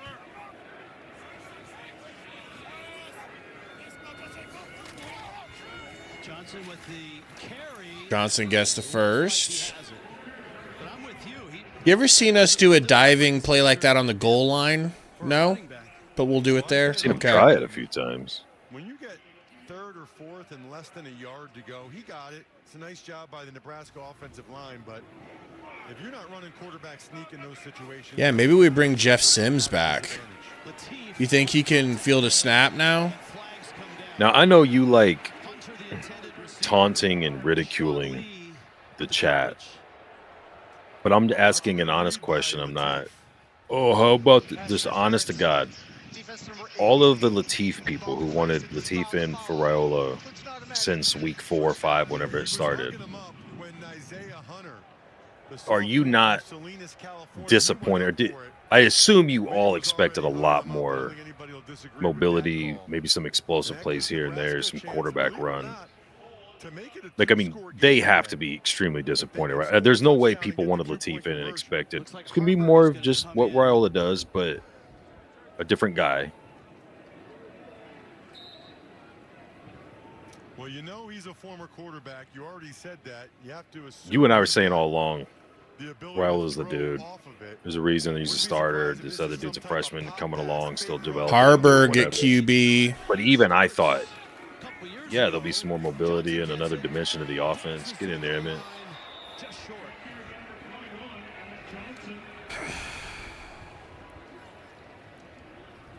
All eyes are on the new quarterback, which makes it a perfect time to give the ball to Johnson. You can just see by the way he moves.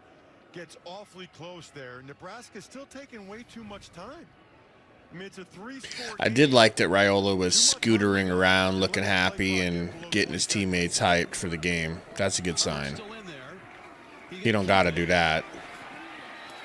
Come on, Harburg. He just stops and then he fumbles. And that's a touch. All right, I got to piss. I'll be back. I'll be back in like an hour.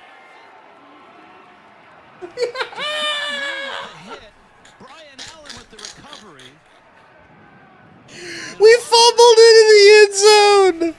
Oh my God. It has become that kind of day. Wow. For the Nebraska Cornhuskers. Doink. A whoops. A whoopsie poopsie. On a resourceful Fansville. Hey kids, you trying to raise money? Can't make this shit up, folks. Well, thanks for hanging out with us, through this. The only thing missing is the yakety sax music for this team right now. Can't wait to hear what Matt Rule says after the game. Matt Rule is probably going to have a look on his face like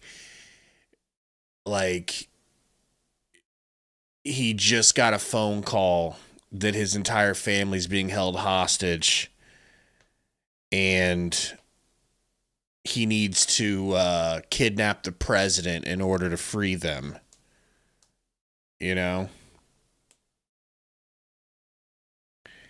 Absolute deer in headlights look is what I'm expecting from Rule.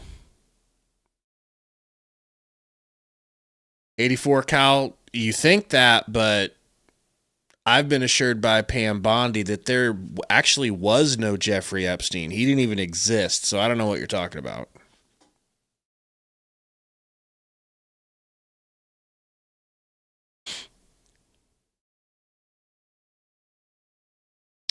Jason says, I can't believe they didn't hand it to EJ. I mean, I don't mind them trying to.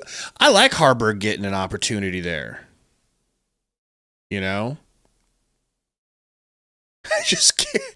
He's the guy that they always say has the best ball protection as a ball handler, too. Remember, always tucks it under his chin perfectly. To just get it stoinked out of there like that is crazy.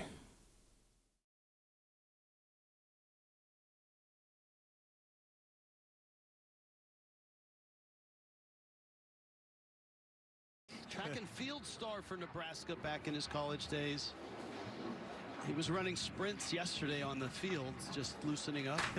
Rush Game says, someone give me a logical reason to keep watching this shit.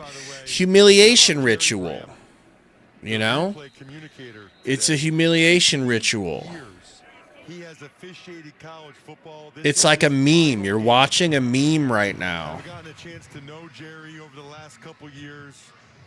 Officiated Division I and Division II, moved up to the Big Ten, and MAC in 2005 as a replay official. Congratulations, Jerry. 50 years in the sport of football. What are the Huskers dancing out here for? I guess they're just trying to get warm. I think he's on my flight home after this one. Man, look at those stands. On some cruise. Ooh, good. Maybe I can get some, Rightfully so. They have emptied out. stories out of him on the flight home.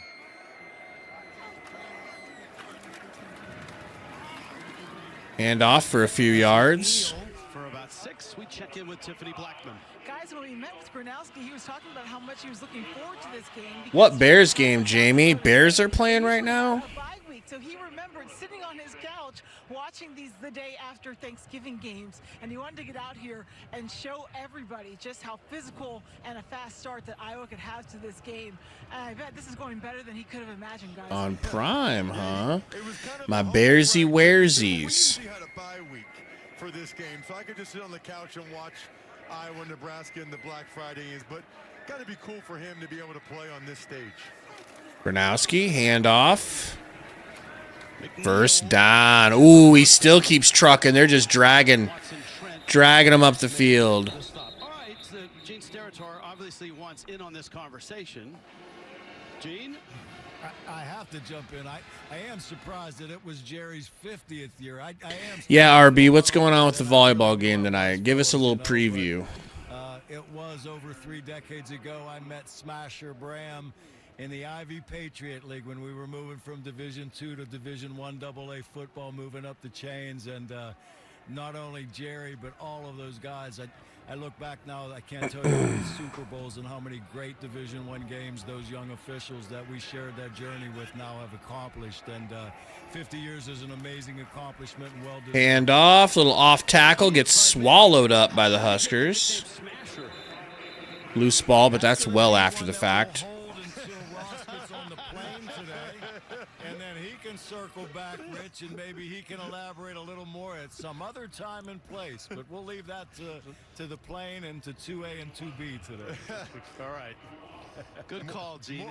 As always. More importantly, I got to find out from Smasher Bram what Gene's nickname is. The background for that. We'll circle back when you do. Please do. Now you look locked in. Well. Dialed. Okay. Now you look like you think the Huskers still got a real shot here. Now talk to me about that. Oh, dude. I'll worry when it's inside of 2 minutes. But there we go. From the sideline, I think Hey, remember when we used to chase 3? it's their first. You mean 30? Gronowski, Chasing 30. That's the new motto for next year. For next year. to set the Iowa. And then it's just like Matt Rule. If we die, we die. Yeah, well, you're dead. Yeah, you're dead. Now what? You're dead. Now what do we do now that we're dead? You filming? Yep. I'll post it. Try rolling your wrist, dude. Keep your eyes up. Heading over now. Mom, I'll be out front. Oh man.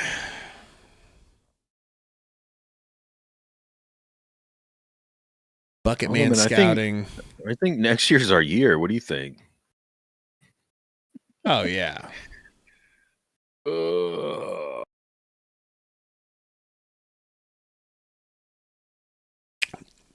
We'll be fine. We'll be fine. Year 4 Matt Rule. Year 4 Matt Rule's never even been seen before. Year 4. No. Okay. So that's what I'm saying, man. If you can joke about things like that, if those sorts of jokes cross your mind, is the heat of his seat not up from a 1? Yes. Fire him at the press conference podium. You just can't have a hypothetical. I just don't understand the. How could your anything. seat be ice cold if you're joking about the fact that next year Rule 4 will be better and you know it won't? How could it be on 0?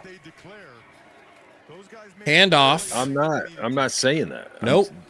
You do a really good job of taking what I say and making. No, you do a really good job of taking what I'm saying and blowing it out of proportion. What did I blow out of proportion that you said? I say that his heat is on a 4 from a 1, and you say, "Oh yeah, we should fire him." Well, I mean, what does that do? Like, what does that mean? His seat's at a 4. I'm monitoring the situation. Isn't every coach's seat I'm sit at a 3 or 4? No, well, Washington in the backfield. They need a yard and a half. Wow. I mean, to me, it's like, if you want to go, would you rather have this coach? If this coach showed interest in coming here, would you rather have them than them? Then yeah, that's more of a discussion. But just hypothetical after conversations here. It's just hypothetical conversations. Or bad losses going. Should we consider getting rid of him? I mean, you can. A lot of people will. Maybe you should. I'm not even saying you shouldn't. But when the AD comes out and goes, this is our long-term plan. This is what we're looking at. This is why they say stuff like that all the time. It's just mental masturbation to sit there and go, oh, you think maybe he's gone? Yeah, they gave him a 2-year extension and said, we're not looking at an overnight deal. We know this is a long process and rebuild. We're looking at the full body of work from being a 4-win team, the longest program in the nation for years of missing a bowl. And we're gradually checking things off the list. Not that should make everybody feel warm and fuzzy or be on board with it, but he's letting you know that's where they're at.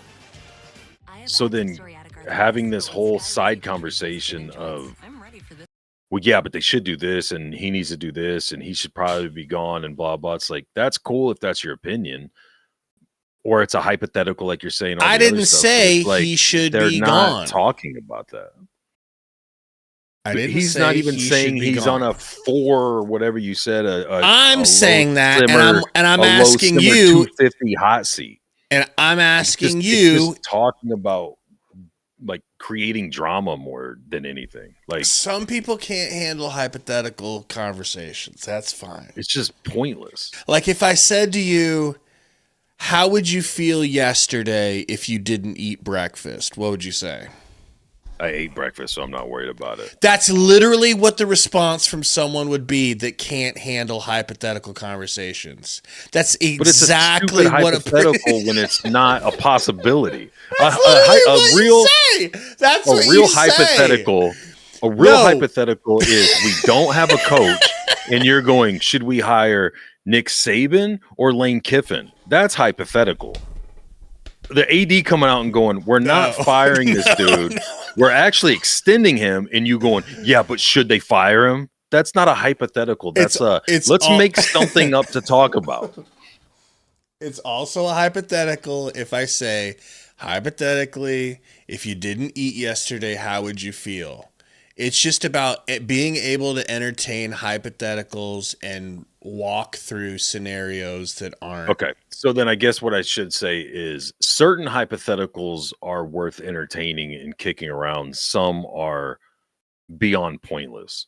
That's fair. Better? That's very fair. Life's all about nuance, Gary. All right. We should probably argue over if the hot seat's at a 4 or a 5 or a 3.5. I want to know. You're joking, but I want to know what you think. I want to know if you think, like, where was it and where is it now, if at all, if there's any budging, if there's any movement, and that's an answer too. Movement on what? On the hot seat. From a whatever, was it a 0.0? Well, so I'll say this: if you string another season or two, regardless of unless the record isn't, if you have 1 or 2 losses and one of them looks like Minnesota, Penn State, or this one, then no. But if you have another 7 next season's going to be very difficult, and you lose this bad in a couple of those games, then you can be like, he's getting into that deal, but a month after he gets an extension and the AD comes out and says what he says, it's like, I don't know, man. What a big day for DJ Bonami. That was the touchdown. And here's the call from Gary Dolphin for the Iowa. Lon, Bo is on record as saying he'll never come back to Nebraska. Whether that's because things were left so poorly or what, or whether he thinks Nebraska would never have him back. I mean, fans probably ran him out of town like they're running my boy Raiola out of town. And then you're fueling the fire with your hypotheticals. 3rd and 2. So hey, how about my hypothetical? Are we more content with 2 or 3 year contracts, and that's how long coaches get to either show significant improvement and get an extension, or win a Big Ten championship, compete in the college football playoff, or they're out and we get somebody else in. I want them to have plenty of years to try it. You know, I mean, I understand the continuity. That's why I don't want to get rid of the offensive and defensive coordinators. I mean, they got to do something though. This over the top vanilla offense and this. Listen to that crowd booing. Like, Tony White played super soft pass defense. Everybody in the back end played 7 to 12 yards, sometimes 18 yards off the receivers. Butler does it at the line of scrimmage. We're going to put 3 guys up for this team that we know wants to run, and everybody else is going to be 7 yards deep, and then we're going to just catch. And then we're shocked we give up 400 rushing yards a game. Iowa owns Nebraska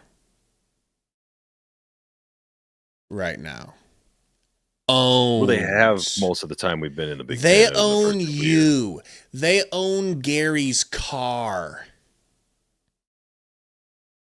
Hypothetically, because I don't have a car, so I have to hypothetically believe I do They have a car own that your they pickup own. truck.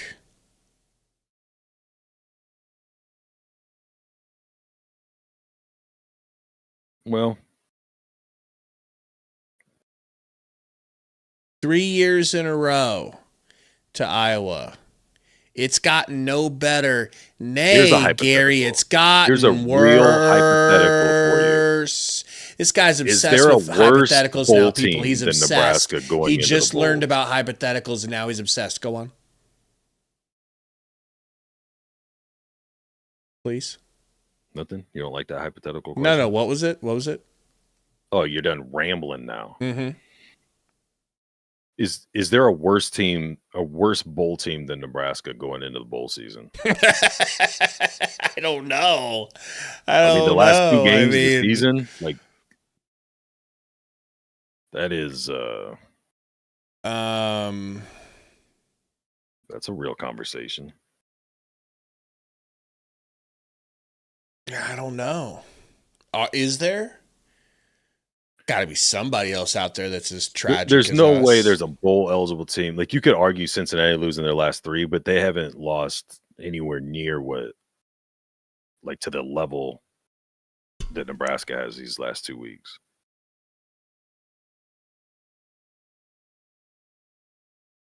Right. So I mean, I don't know. Oh man, That's gonna be very interesting to see how that goes. We got some people saying go back to the Big 12. That's not gonna happen. I'll go to the Big Sky. Yeah, everybody would competition wise, but when you look at the money and all the other stuff, teams are dying to get into the Big Ten and the SEC. Nobody's willingly leaving. Bro, it's now if you want to say the Big Ten might kick Nebraska out, right? That's not happening either. But that's not going to happen either, right? But from a competitive standpoint, it doesn't. I don't like the stain it would leave on us forever, which is you guys couldn't hack it in the Big Ten, so you had to go find a workaround so you could fake like you are a good team that deserves a ranking. But everybody knows if you were in the Big Ten, you wouldn't even be able to beat Purdue, even though we are to the point where we can beat the likes of a Purdue. Right? Sure. But I mean, Joe and I were talking about when we were coming back from hunting last weekend, because he's always been against going to the Big Ten, like since what was it, like 2010-ish range, whatever. But like my argument, especially with the benefit of hindsight of how all the top programs or whatever, which Nebraska then was one of them, are trying to get to those two conferences predominantly. I wish we'd have done it sooner when they were competing for national championships and owning conference championships and all that. They were already kind of tapering off before, when the transition happened, and then you basically had to do a sort of a rebuild just to be able to compete with the style of the Big Ten. And it's obviously never really clicked. Right. How bad I just messed your camera up. Keep talking. Oh, it's all good. That's all I got. Well, I can't wait to hear from your boy, the unfireable, unquestionable leader, Matt Rule. Mm-hmm. It doesn't matter how we perform against our rivals. Love of your life. Is that about right? Mm-hmm. Pretty close. There's a few more adjectives you could have plugged in. I still want Matt Rule to day. be this coach. I'm just thinking, bro, like, how do you not have a hot seat? Like, don't rivalry games matter? Or does it not matter? Does it not matter at all? Of course it matters, but it also matters to people more during that time. So you remember last season when I said there was all the buildup about the Colorado game, and you're like you had a lot more emphasis on that game, and I was almost too confident that we were going to win. But I'm like, dude, if you ask me right now, would I rather lose to Colorado and beat Illinois that first game of Big Ten play, or beat the brakes off of Colorado and then lose that game? And you're like, no, you got to beat Colorado. They're a rival, blah, blah, blah. And then that happened. We beat them and got beat by Illinois. That affects your season more. That's where Nebraska can't win in November. Well, they're not playing Houston Christian and other non-conference schools in November. So it's like all that they're doing before that is irrelevant. And Rule even talks about it. Like, he didn't like having that that road opener against Minnesota the year one, because he's like, you get those first few weeks out of the way where you're not just practicing against each other. It's kind of like a preseason, not saying that the opponents are always a preseason type level of game, but it doesn't affect your season record while you're kind of getting things figured out, guys in play, getting real game time and all that. But that's why, like, the guts of the schedule, like the difficulty in the schedule cranks up late October into November when you're in the heart of your conference play. So it's like, this is both a rival game and a conference game, but I'm saying, like, you're going to be 7-5 going to a bowl game. And for all the Nebraska's trash and Iowa's great, their coach has never really been on the hot seat other than when he was borderline refusing to fire his son, who was arguably the worst offensive coordinator college football I'd ever seen, doing exactly what we did this year. Now, granted, they just laid it on us, so it looks like they're even way better than us. But when you look at the teams each have played or whatever, like, there's not this huge gap in just the optics, like the records, the bowl positioning, ranking at the end of the season, not ranking or whatever. So, like, Nebraska's gotten up to the stratosphere, I guess you would say, of, obviously, when you get dog walk like this, you can't say they're on the same level. I'm not saying that, but the expectations are so drastically different and higher for Nebraska than they are for a team like Iowa, or Northwestern can lose 5 or 6 games and it's like, wow, they're having a big year. Same thing with Minnesota's and things like that.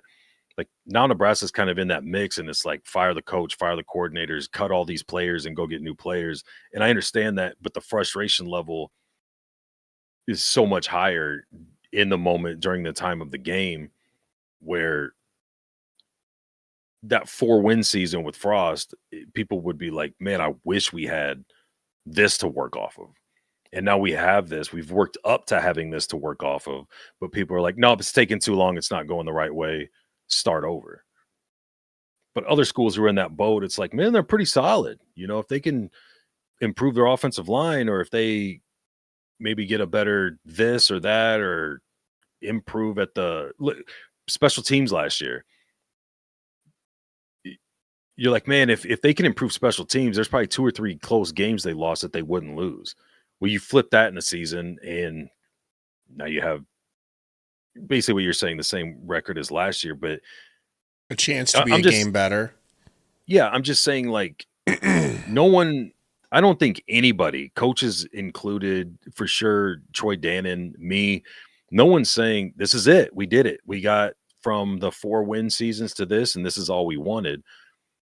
But you had to take steps to get to this level. And no, it's not good enough and it's not a finished product. But now if you can take steps from here and get even better, you'll go there. If we're going to reset every couple of years and get a new coach, there's maybe a 10% chance you catch a Signetti lightning in a bottle type coach and you can flip it in a season or two.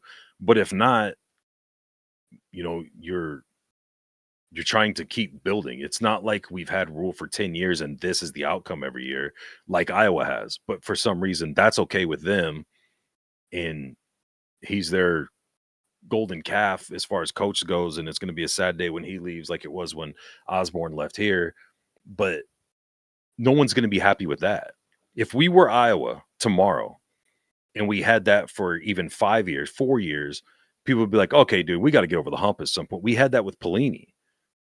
When we beat Iowa, 3 out of the first 4 times we played them, or 2 out of whatever it was, it wasn't enough. And that was more of a him and I course thing. But I'm saying, like, the expectations vary from season to season, game to game, all of that. That's where, when we're talking about the hypothetical, him on the hot seat or not, I don't think Dannon's doing that. I don't think Dannon is emotionally hanging on to every play or every game, when he's stepping back and going, okay, where were we this many years ago? Where were we 2 seasons ago, last season?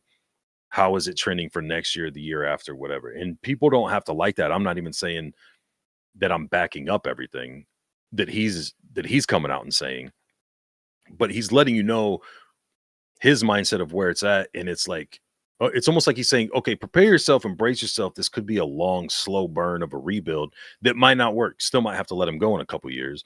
But for the time being, we're going to let him keep. Last year, you went where you didn't have a quarterback. Now you've got too many quarterbacks with not a good offensive line to where one guy's probably going to leave, and you're still working that out. Your special teams was horrible, so he addressed special teams last year. You thought you fixed your coordinator spot when your real man quarterback talking wasn't able to explain. Or go ahead. I certainly understand how that feels to all the great fans that we have. The student section that's full. People come to the game, and I understand their disappointment. I understand our team's disappointment. I think when you end the season the way we have the last 2 games, it has to rest solely on me. And I've loved this team. I love everything about them. I certainly didn't think today would go that way. Thought we came out ready to play, and in the end, they were the better football team. So I don't shirk that. I own that. I'm responsible for it. I understand that in times like this, it can get a little bit negative, and I just say honestly, that should all be directed at me. I don't want the players to panic. It shouldn't go towards them. It shouldn't go towards the coach. I think it has to fall on me. We want to be a team that gets better at the end of the year, and these last 2 games have not been that. So I take that, and I own that, and I'll answer all your questions. How much did it affect the overall picture that you can get in the end zone in the first half? 1 for 4 and getting in the end zone in the first half. Yeah, I think that was really the story in the first half. I mean, we had 186 yards rushing. I mean, we just outrushed Iowa. We had 186 yards rushing in the first half, and they were able to score touchdowns, whereas we scored field goals. And so that certainly was the issue. But that's, if we're being honest, that's been our, sort of the issue most of the year, is just not winning the red zone touchdown battle. And so if we hold them to a couple field goals there, the game is different. Even at the end, it's 40 to whatever. We go down. We're hoping to make it 40 to 24, and we fumble in the red zone. So but certainly early. It's really more, the early start. I'd say it was that. We had a couple chances to make some plays, and we didn't quite make the plays, and they did a good job of making some plays. Both your run and your pass defense were kind of disrepair these last 2 games. What do you feel like happened? I know it's kind of a bigger picture question, but what do you feel like happened to your defense? Yeah, no, I think. Like I said, this is the last game of the year. I think it's the right time. I appreciate the question. You ask me whatever you want. I mean, today was to me today was about big plays. It wasn't like they ended up. Now, trust me, they had the ball, control the ball. They ended up running. But the play action game off the run game, and just probably having to do too much to sell out. Even playing a run defense, like they on the long play there at the end, the bootleg, Sierra comes off and tries to make the tackle on the quarterback, and then they have an explosive play. I have to take some time to really delve into it, because, as I said, I thought we played really well last week, and I thought we played really well today. And certainly the kickoff returns and the field position tilted in the first half against us. I mean, at one point they had 10 points and they had 9 plays, or something crazy like that. So I was just like, hey, calm down, just keep playing. But anything I say right now, Sam, will feel like an excuse. It'll feel like me to say it like an excuse. I look out there, I see a bunch of young players. I just keep saying to them, like, hey, get off and make a play. You need a sack fumble. Defense is about, big hits and picking balls off and sack fumbles and scooping scores and all those things, and we're just not getting those versus the higher quality opponents, right? And so this was a team that had a really good plan, and they made plays, and we just didn't quite make the plays. I thought we defended like the traditional run way better at times today than we have, and then quarterback, made some plays that really hurt us. We have them in third down, it's a run Q draw, I score. Like we have them in the red zone, they score. I mean, those things can't happen.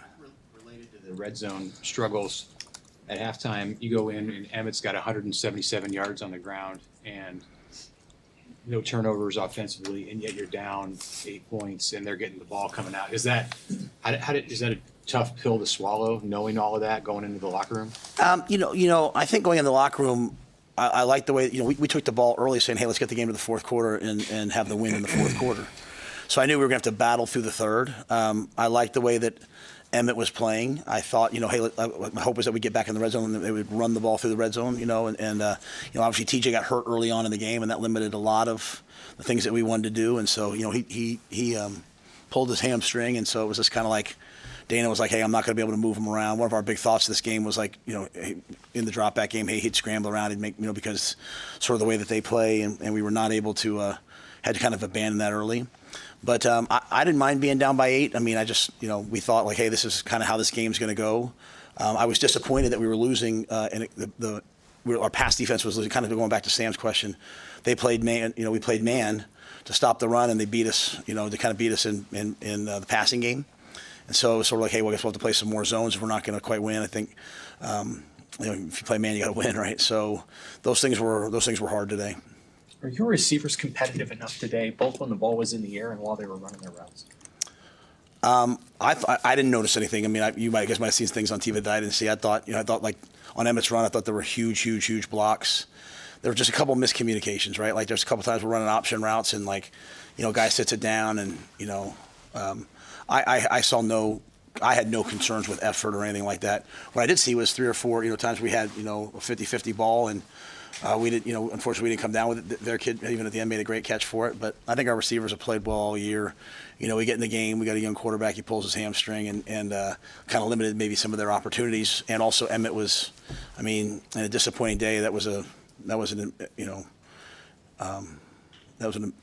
I don't know the right word. It was an amazing effort by him. That was something that, I'll probably remember for a long time, just how hard he played and how well he played. And, but yeah, I'm just trying to think, Sam, I'm sorry. I don't remember feeling like, hey, they're not playing hard or anything like that. Yeah. Just like winning those 50-50. Yeah, well, yes. Like that one, I think just in the end zone, Quinn just jumped too early. If he jumps a second later, hopefully he catches that ball. The second one, down the right corner, like it should be handed off. It's an RPO, but at the same time, you're hoping you make those plays. Our guys have made those plays a lot. What impact do you think that safety had on the overall feel of the game? I think, I think we came out, we got the stop, right? So we're down 8, right? So you get the stop and you're feeling pretty good, and then they kick it, and they do a great job in the kicking game, and they're offsides, so we make them repunt, thinking, we'll get an explosive play now. and we just kind of don't field it, and then we pick it up, and I certainly thought it was targeting. I thought he hit him with the crown of his helmet and all that. So I mean, maybe all that, but it's still, so it goes. It's now a 10-point ball game, right? And at the end of the day, like on offense, like you went 3 and out twice in the third quarter, right? I mean, you have to get a first down and get the defense off the field, and so that was, to me, that was really the tail. But Jacory's a great returner. The second return he had was a dynamic return. They called, the personal foul to bring it back, but that I don't think that play was probably the end all be all, but it certainly didn't help. Did they give you an explanation on the targeting? No, they didn't. Well, they can throw that on the field. They didn't throw it on the field, so I kept asking them as I watched the replay. I was like, he hit him with the crown of his helmet. I know he's not defenseless. That's the first one, but he's hit with the crown of his helmet, and so it didn't go to review. They looked at it, I guess, wherever they look at it, somewhere off site, and then they just said they cleared it. So I was asking the officials, like, can you tell me why? And none of them could. They can't tell you why. So, because they don't know, right? Because they're not on that call. So basically, they said, hey, we cleared it. So I'd have to ask them why. Were you close to? Was TJ close to not being able to go with that hammy? Yeah, we talked about it a lot.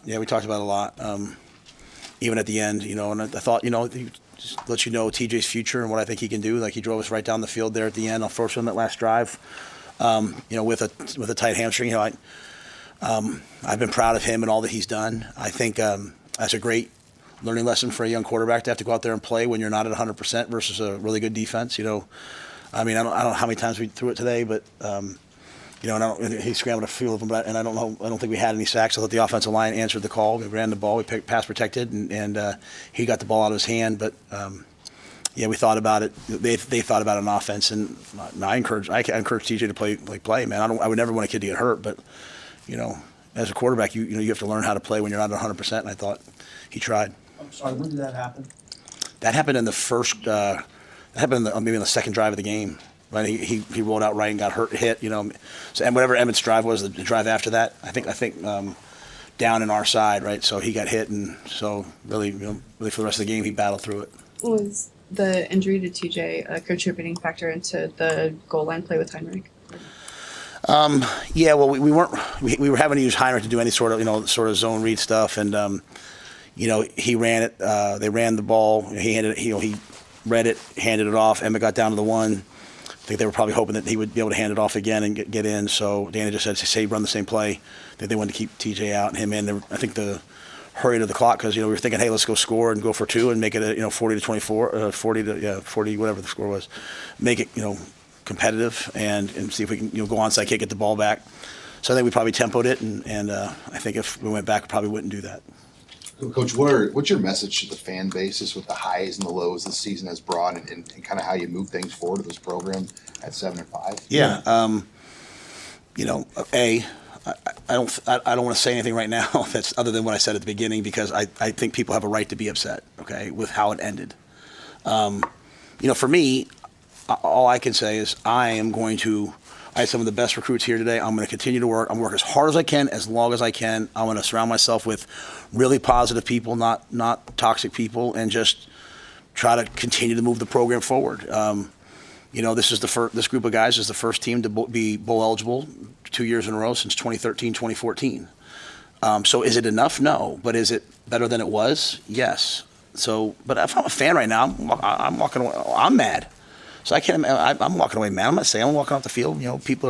Some people are supporters. Good for them. They're passionate about this place. I love being the head coach of University of Nebraska. I love being in Nebraska because people are passionate about this. So I don't want my message to be anything other than I don't want it to be hope and all. It's it wasn't good enough, man. But if I start playing with positives, it's all right, Matt. But I think today just has to be that. Please don't be super toxic at the players because I want them to just put it on me. I'm in charge of this. Troy and them they extended me. They believe in what we're doing, and then all of a sudden we come down the stretch, we lose these last 2 games. I'm pissed off at myself. But I know where we're headed. I know what we're doing. I know where we're moving forward. And so I believe in what we're doing. I believe in the recruits that are bought into us. I believe in the signing class Wednesday. And so I don't want to overreact. These last 2 games weren't good enough. We'll get a really good bowl game versus a quality team.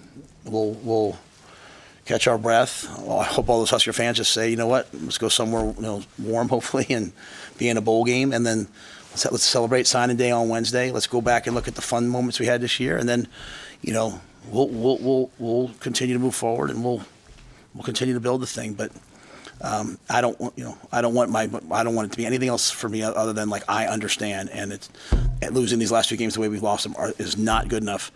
But that does not minimize the fact that these kids have worked their. I don't say that these kids have worked their, the Javens of the world and all those guys. All they dreamt about was going to a bowl game, and now they're going to 2 in a row, and not with a waiver. They've earned their way into it. Disappointed with how it ended, but we'll continue to work and figure it out. It's not something you can fix in a month, but the line of scrimmage component, where do you feel like you guys are right now, even compared to a couple of years ago? Do you feel like you're further along there, and how much further do you have to go to winning that part? Yeah, no, that's. I think that's the number one thing for us right now is like controlling the line of scrimmage. I don't want to minimize our offensive line, who was kind of under fire in the middle of the season. What they've done, down the stretch, in my opinion, to go out there and have 186 yards rush in the first half. If the last 2 games, I believe, if they don't quite get it, if it doesn't come in a 2-minute game in the fourth quarter, maybe they have a 300-yard game. So they're not giving up sacks. But all that being said, we have to win the lines of scrimmage to win. I mean, especially we played 2 games with that's the win today was a severe issue. And so, there's one point where I look out there on defense, okay, and I've got Riley Van Poppel, who's a sophomore. I've got Keona, who's a sophomore. I've got Will Waneri, who's a sophomore. I've got Dylan Rogers, who's a sophomore. I've got Rex Guthrie, who's a redshirt freshman. I've got Marshall, who's a junior, and I've got Donnie, who's a redshirt freshman. So those guys are all going to be great players. But that's not I'm not selling a vision of hope. I'm saying they have to grow up. That being said, we have to get to the point where we run you over on the offensive and defensive lines. We had a great defensive line last year, and they were vets. We had 5th and 6th year guys, and MJ Sherman and all those guys. And so, but I don't want to put this on these kids, right? We just have to continue to grow. We have to continue to develop our own players, and recruit the best players possible, and if we want to compete at the level that we want to compete. And so 7-5 is not the level we want to compete at. We want to compete at a much higher level. And so we've had moments where I look this year like I thought we were doing that, and then other moments we didn't. And but I also don't want to minimize what the offensive line has done down this stretch here. I really believe they've really come together. If this was Emmett's last home game, how do you summarize what he's meant to the program? I think Emmett's a tremendous example, of what great character and integrity brings. Of a kid that was maybe undervalued coming out, who stayed here and stayed in the program, and has done all the things, and went from just sort of a rotational player to a kind of somewhat rotational starter to now. I mean, that was one of the best players in college football out there playing today. And so that's why I hope all of our guys, they sit there and they look at Emmett and they say to themselves, boy, I'm really disappointed today, but I just got to get back in the weight room with Corey on Tuesday, and got to go eat with Kristen on Monday, and trust that someday my breakout, like Emmett's having his breakout, will come. And so I'm really proud to coach Emmett. I'll support him whatever his decision is. I've told him that from day one, and I think he'll be a really good pro player, and I think if he comes back here, he'll have another dynamic year. He'll be up for every major award, and he'll leave a Husker legend. But more importantly, he's a really good man. Does this closing stretch make it more challenging to walk into the time of year where so much business in the sport is handled now over the next 4 to 6 weeks? No, I don't think so. I mean, we've got a great thing going. We've got great facilities. We've got great everything. I mean, I think Pat and his staff will do a great job. I mean, I think the recruits that have said they're coming here, I think they've seen what we can be. We've also seen what we don't want to be, like the last 2 days. But that's why they're coming here. They're coming here to get us over the hump, right? And so, not many people would have the crowd that we had today, and not many people would have the things we have. And so, I mean, yeah, would I've loved to have ended with two wins and have everyone be here? 100%. But at the end of the day, people are coming here because they know this is the this is the best place for them if they've committed to us, and then you hope the relationships that they have with us will be there and through thick and thin. So, yeah, like I said, Mitch, I think it relates to recruiting. I'm going to wake up every single day and work as hard as I can, and our staff will do the same thing and try to surround ourselves with as many positive people and people who believe in what we're doing, and we'll find a way to get it done. All right, thank you guys for everything all year. Thank you. All right, so a couple of quick things. I'll turn it to you, and you can kind of take us away here, and we'll go get into a video real quick before I got to go to work. So we had a dono that I missed because they went into the press conference. It was David Matney, $10, said appreciate the live streams and content this season. Thank you. Thank you, David Goatney. And then there's been several comments from Not So Grim. There he is, Not So Grim. He's said it a few times up here. He's like, you got all these people crying when, we have a winning season and we're going to a bowl game 2 years in a row, And so that's kind of his tact. That's kind of his feeling of where we're at. And I want to be there too, Not So Grim. That's where you and I have been a lot this year, but I feel like that's the attitude for last year. Last year was winning record, bowl game, I'm happy. I don't feel like we got progression, a lot of progression. We got progression, but it was the bare minimum progression that we expected. And Gary, when you combine the start that we had to the season, the fact that there was all the year 3 hype that Matt Rule did not tamp down. He fanned those flames. At least he didn't spray any water on those flames. You combine those with the absolute beatdown we took from Minnesota, and it's just I feel like we got bare minimum progression this season. Bare minimum. Nothing, but it is what we expected, you and I. It is what we expected, but it's bare minimum progression. Take us away, Gary. Yeah, I mean, I don't even know that there was much progression. I mean, it was almost a mirror copy of last year, except you had 3 incredibly embarrassing losses. 2 of them is how you ended your season.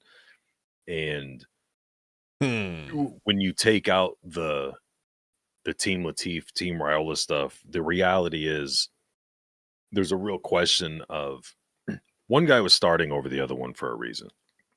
So whether that's because, I saw people in the chat that the Raiola family has Nebraska held hostage and Rule's married to Dylan, blah, blah, whatever the reason is, there is a reason one was starting over the other. Nebraska had control that USC game until he went down. There's no way to know if Nebraska still would have won. I'm confident they would have had he stayed in. I'm sure some people think no matter what, we were going to lose that game. That's a typical game Nebraska loses. But regardless, there's a legit question of how does the season look if Raiola doesn't get hurt? Especially in the Penn State game, I think you're losing that game either way because the lines were so badly dominated. This game, that wasn't the case. I feel like the momentum swing from the Barney fumble and the safety was just more than they could handle. I feel like the game was very back and forth, a close game. Momentum kind of started really going to their favor right before half, but it wasn't. At no point in the game did it look like it did the last quarter and a half until that fumble happened. So, but even with that, I think your passing game looks different. I don't think you're so one-dimensional and predictable with Emmett being all you have if you have Raiola. None of that's an excuse. I'm just saying I don't know if you continue to see some progress, if you end up with a win against USC, if you keep this game close enough where you have a fighting chance. Like I said, I don't think you beat Penn State. there you could have some progress, right? If things pan out different. And you were just playing the what if game, not excuses or this would have happened. I'm just saying there's some question marks there. But like one thing, this is kind of a side track, and I'll bring it back to what you're talking about. I don't mean any disrespect by this, but I'm tired of hearing how good of guys these guys are. It's like he won't critique the line play because they're such good guys. And like this guy shits the bed 2 or 3 times. Okay. But that's shits the bed here, there. And it's like, no, dude. He's got an emotional attachment to him like you and me. Like it would be hard for me. It would be hard for me to harshly critique you. Not on merit, not on what I'm doing. You can be like, I wouldn't want to. I wouldn't want to. Blah, blah, blah. But that's how friends treat each other. They don't want to. They don't want to. You're not. You're not making millions of dollars or hundreds of thousands of dollars to play a game and be coached by your boss, your coach, your mentor, whatever, to be coddled like you're his firstborn. Like that's not football. That's not. You can have the greatest relationship you want. You can go out and thump your chest on how great and how high character your guys are at the Big 12 media days, in press conferences off season, even at press conferences after the game. But when you're specifically talking about weaknesses of your team that everyone sees, you're not doing yourself or the team any service by shrugging off what everybody sees. If anything, you look more incompetent, and it's more frustrating to people that it's like, yeah, great. They're amazing people. Got it. Also, they can't protect your quarterback for shit. Also, they can't get a clear lane for your stud running back. He's doing 90% of the work on his own. I don't understand why they can't be separate. Like if I could have the greatest relationship with my boss, but if I go in for a review and my pay is going to go up or stay the same based on goals or numbers that I was expected to hit throughout the year, he's going to be blatantly honest with me and go, hey, this isn't a personal thing. This is factual. Your goal was this number. You missed it by this much. Your goal was this number. You succeeded or exceeded it by this much. Like that's the job of a coach. That's definitely the job of a head coach at a big time school. So it's like, be the good guy that players are going to want to come play for. Have a great relationship with your players. Tom Osborne, dude, players that are older than us would still run through a wall, will get emotional talking about how much they look up to and love Tom Osborne. And he didn't give as much at press conferences as Rule does, but there's stories about how like they almost feared him, like how hard he was on players in practice and everything else. You critiquing, and that's part of coaching. Like everything can't be sunshine and rainbows, but you're also pushing them for improvement. Like you can't coddle guys to improvement. And I don't know what's going on behind the scenes. Maybe he is a hard ass behind the scenes, and this is the front he's trying to put on so that recruits see this and like, oh man, he's a great guy. I'd want to go play for him or whatever else. But I just don't understand why, when he's asked questions about how catastrophic was the Barney fumble, how bad was the Harburg fumble, what do you think about your trench play going into the offseason, like as a thing you need to address or whatever? And it's like, yeah, that was bad. But, and then he spends 8 times as much time telling you how good of a guy they were. Cool, dude. I like them all too. Like there isn't a lot of players we've had where I'm like, I can't stand that dude. I wish he was off the team. That's not the same as going out and executing in a football game, which comes down to people saying, oh, this coach sucks, or this team's garbage, or they need to blow it up and start over. It's the same team, different year, all of those things. Like you have to, the reason I bring that up is it makes me question, or not question, but wonder, like, maybe this is the disconnect where we're not getting the development we clamor for and want every offseason. Like, I don't know, but it's just like, we get it, dude. You love your players love you, and everybody's good guys. We can see that with social media now. You can see the guys doing stuff for kids and charity stuff and all the other stuff. That's great. But from a fan perspective, from an outside looking in perspective, even non-fans, like people looking at your team, they're looking at box scores, they're looking at numbers, they're watching highlights, or some of them are watching the entire game and going, that's a problem that needs to be addressed. That's a problem that needs to be addressed. This dude's not executing it at the level you would need to do things. Like, does it carry over? You know, is he in practice like, hey man, you're a really good guy, but I need you to get your hip turned a little more. And when you're coming in and you're about to tackle a guy, I need you to keep your feet and try to drive your shoulder through his hip and not dive at his feet.